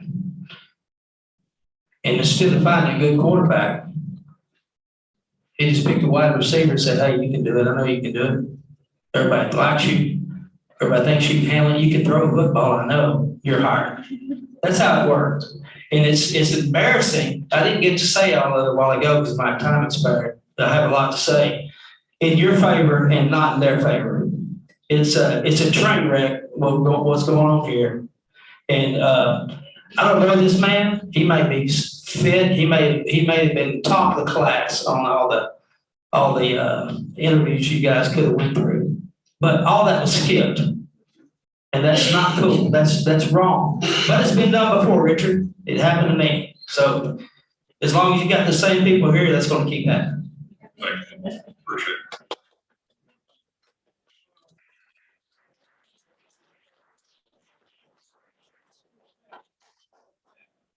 I have word. Yes, go ahead, Bert. Can you do it from there? Okay. I'm gonna tell you something. Everybody here is supposed to be Christian, I think. The vast majority, but I don't see nobody acting Christian like, But now this is the thing, what a separate in all of this situation. From Jump Street, if we just had done what the 2 councilmen said, and Mal said that just wait and let's get somebody, go through the process. If anyone, Richard would have never got out of hand like he did, and he would never did, he got out of hand, but I told him.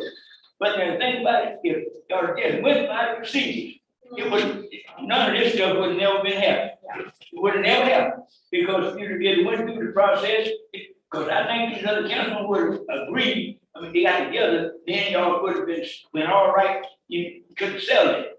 But even if Mr. Williams hadn't got to be the manager, it would have been all right if they went through the procedure. Right. That's what the whole thing was about. That's what the council was talking about, going through the procedures.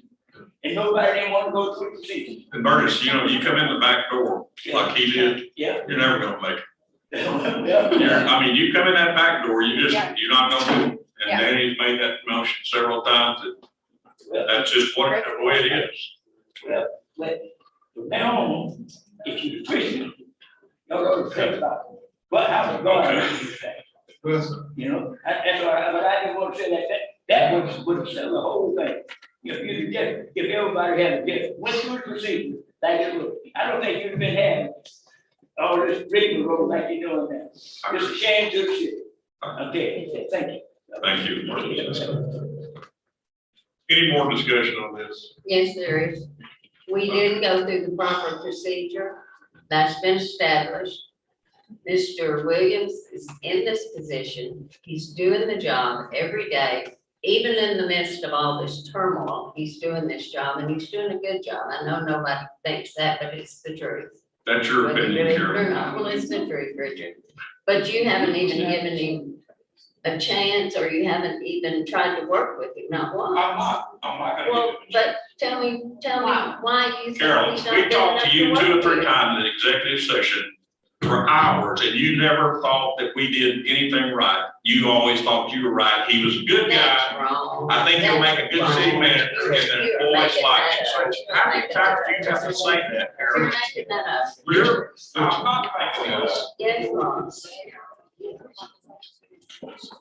I'll make a comment. Go ahead. Mr. Attorney, would you come up here and read what the duties of the mayor? I'll read this on. Okay, go ahead. Well, I mean, he has several duties. Charter duties are, You want me to read it? Sure. I got it right here. absolutely. The mayor shall preside over all city council meetings within the first quarter of the calendar year, delivering the state of the city address to the city council and the members of the public, and perform such other duties and exercise such other authority as may be prescribed and conferred by the city council. And when you take the mayor out of your meetings, then you're taking his authority away. And what Nikki Coates said about Kelly McDonald, I was on the board, and she had been here 5 years, and we found out she didn't live inside the city limits. And in the charter, it says she's supposed to. And Ms. McWaters, you went to the charter committee, being on the committee, and tried to change it to make it 10 miles in the city limits. Don't shake your head, I've attended the meetings. This lawyer right here says it would have happened if I hadn't been there. I'm sorry, but you people have done wrong. Mayor, I'm just gonna end on this note for myself, and that's why I said that charter should be burned, because it's not being abided by. And all we have to do is just do the right thing. All we have to do is go through the process, and we've said this over and over and over, but we're still going through the same thing. We're not abiding by the charter. It's just there, it's just there. And there has been a lot of things that has been done against what was in that charter, and nobody never said anything about it. When we brought it up, it was just washed away. So we're going over the same thing over and over, and it's not going to change until people cast their votes. And my recommendation is to get rid of the whole staff.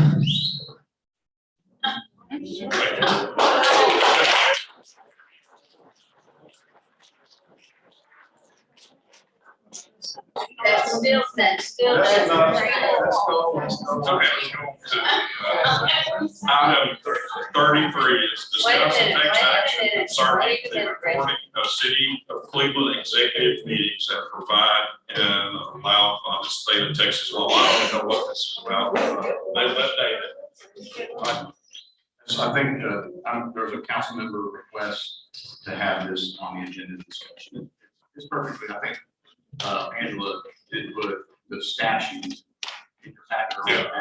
So you can see that you have 2 options in Texas. One is certified agenda, which is how we've typically been doing it, but you can record it, but recognize those recordings are protected. I mean, you can only get it through subpoena. Somebody couldn't issue a Public Information Act request for it and get it unless there was a lawsuit or something where that was relevant. And It would take court that intervention. again was going back to, the things that happen in executive session, the things that are said to each of us back there. It goes back to the behavior, and it shouldn't happen. It shouldn't happen at all. Yeah, You know, just because you don't like somebody, Richard, doesn't mean you have to agree with it. The mayor is not the only one that said stuff in executive session that wasn't nice. Come on. I'm not an angel by a long shot. You have never done that. Some hell raised, but you can't put it all on the mayor. But There you was some can't wrongdoing, threaten people, But and you you can't, can't. well, I was completely insulted. Okay, but I walked away from it. And you can ask my wife and several other people, you know, something very ugly was said to me. You know, and where I come from, you don't walk away from that, but I walked away from it because I'm the bigger man. I respect the council and I respect the city. So we're gonna sit here and act like that Mayor Boyette is the big bad wolf. Come on now. I don't know what. It's time to go home. Let's go, please. Mayor, again, we're way off subject. Get it back to the item at hand. I can't remember who requested it, but if there is a motion to change the way we record executive sessions to a tape recordings, we will do that at the staff. I make the motion that, all executives be taped on the recording.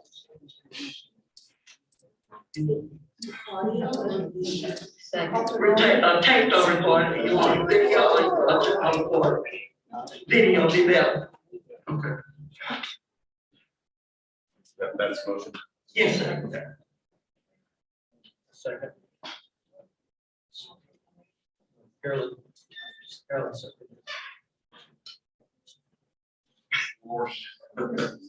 You know, I don't care. I mean, they can record it all day long and every day. It doesn't make me any difference. So Richard, can we show the video? Do what? Sure. Can we show the video? No, you can't. I will not allow you to do the video, Carol. Why not? If you want, it's to consider terminating current city manager Stacy Williams. Stacy Williams knows that I know he's not a city manager. He knows he's not a city manager. I would like for the council to think tonight that we should start the process this day, tonight, and get us a city manager that we deserve and need in the city of Cleveland. Well, my recommendation is, let it be known to the secretary, to note, please, that we remove this item and any other time this item come on any number on the agenda of terminating the city manager. We don't have enough of this and enough is enough. Just like they said, that you've never done anything wrong. We're gonna wipe the slate clean, start all over again. Oh, no. Enough is enough. And I recommend take it off. So You can't do that. we need to go to business. You sir. cannot do that. We need to get to business. You cannot do what you're saying. It will stay on the agenda until I'm consider him even halfway through his I job. mean, that's called harassment in the workplace, sir. I don't care. Hey, I made no bones about it. He's gotta go. Motion related to this item. Mayor, can we keep item number 32 on there as long as you put number 34 on that? Sure. Thank you. I don't care. Good. I ain't got nothing to hide from nobody. That's all. Okay, do you understand that? I don't have anything to hide. I've not done a thing wrong. Well, let's show the video. Except try to make As a this city better. professional, you can't work with the man. Oh, no, I can't work with him. Like I say, man, when he comes in the back door, he's not gonna ever stay here as far as I'm concerned. But that's your position. Hey, if I get 3 votes, he'll be gone. If James would leave right now, we take care of it. So then you can't work with the man? Oh, What does that say about you? hey, what does it say about you talking? You don't know what's going on. You have no idea. It doesn't, you can still work with. I'm not gonna argue with you. Mayor, Let's adjourn. it's up to you. A motion's adjourned. Let's go. Thank you. You can't do that. You can't stop me.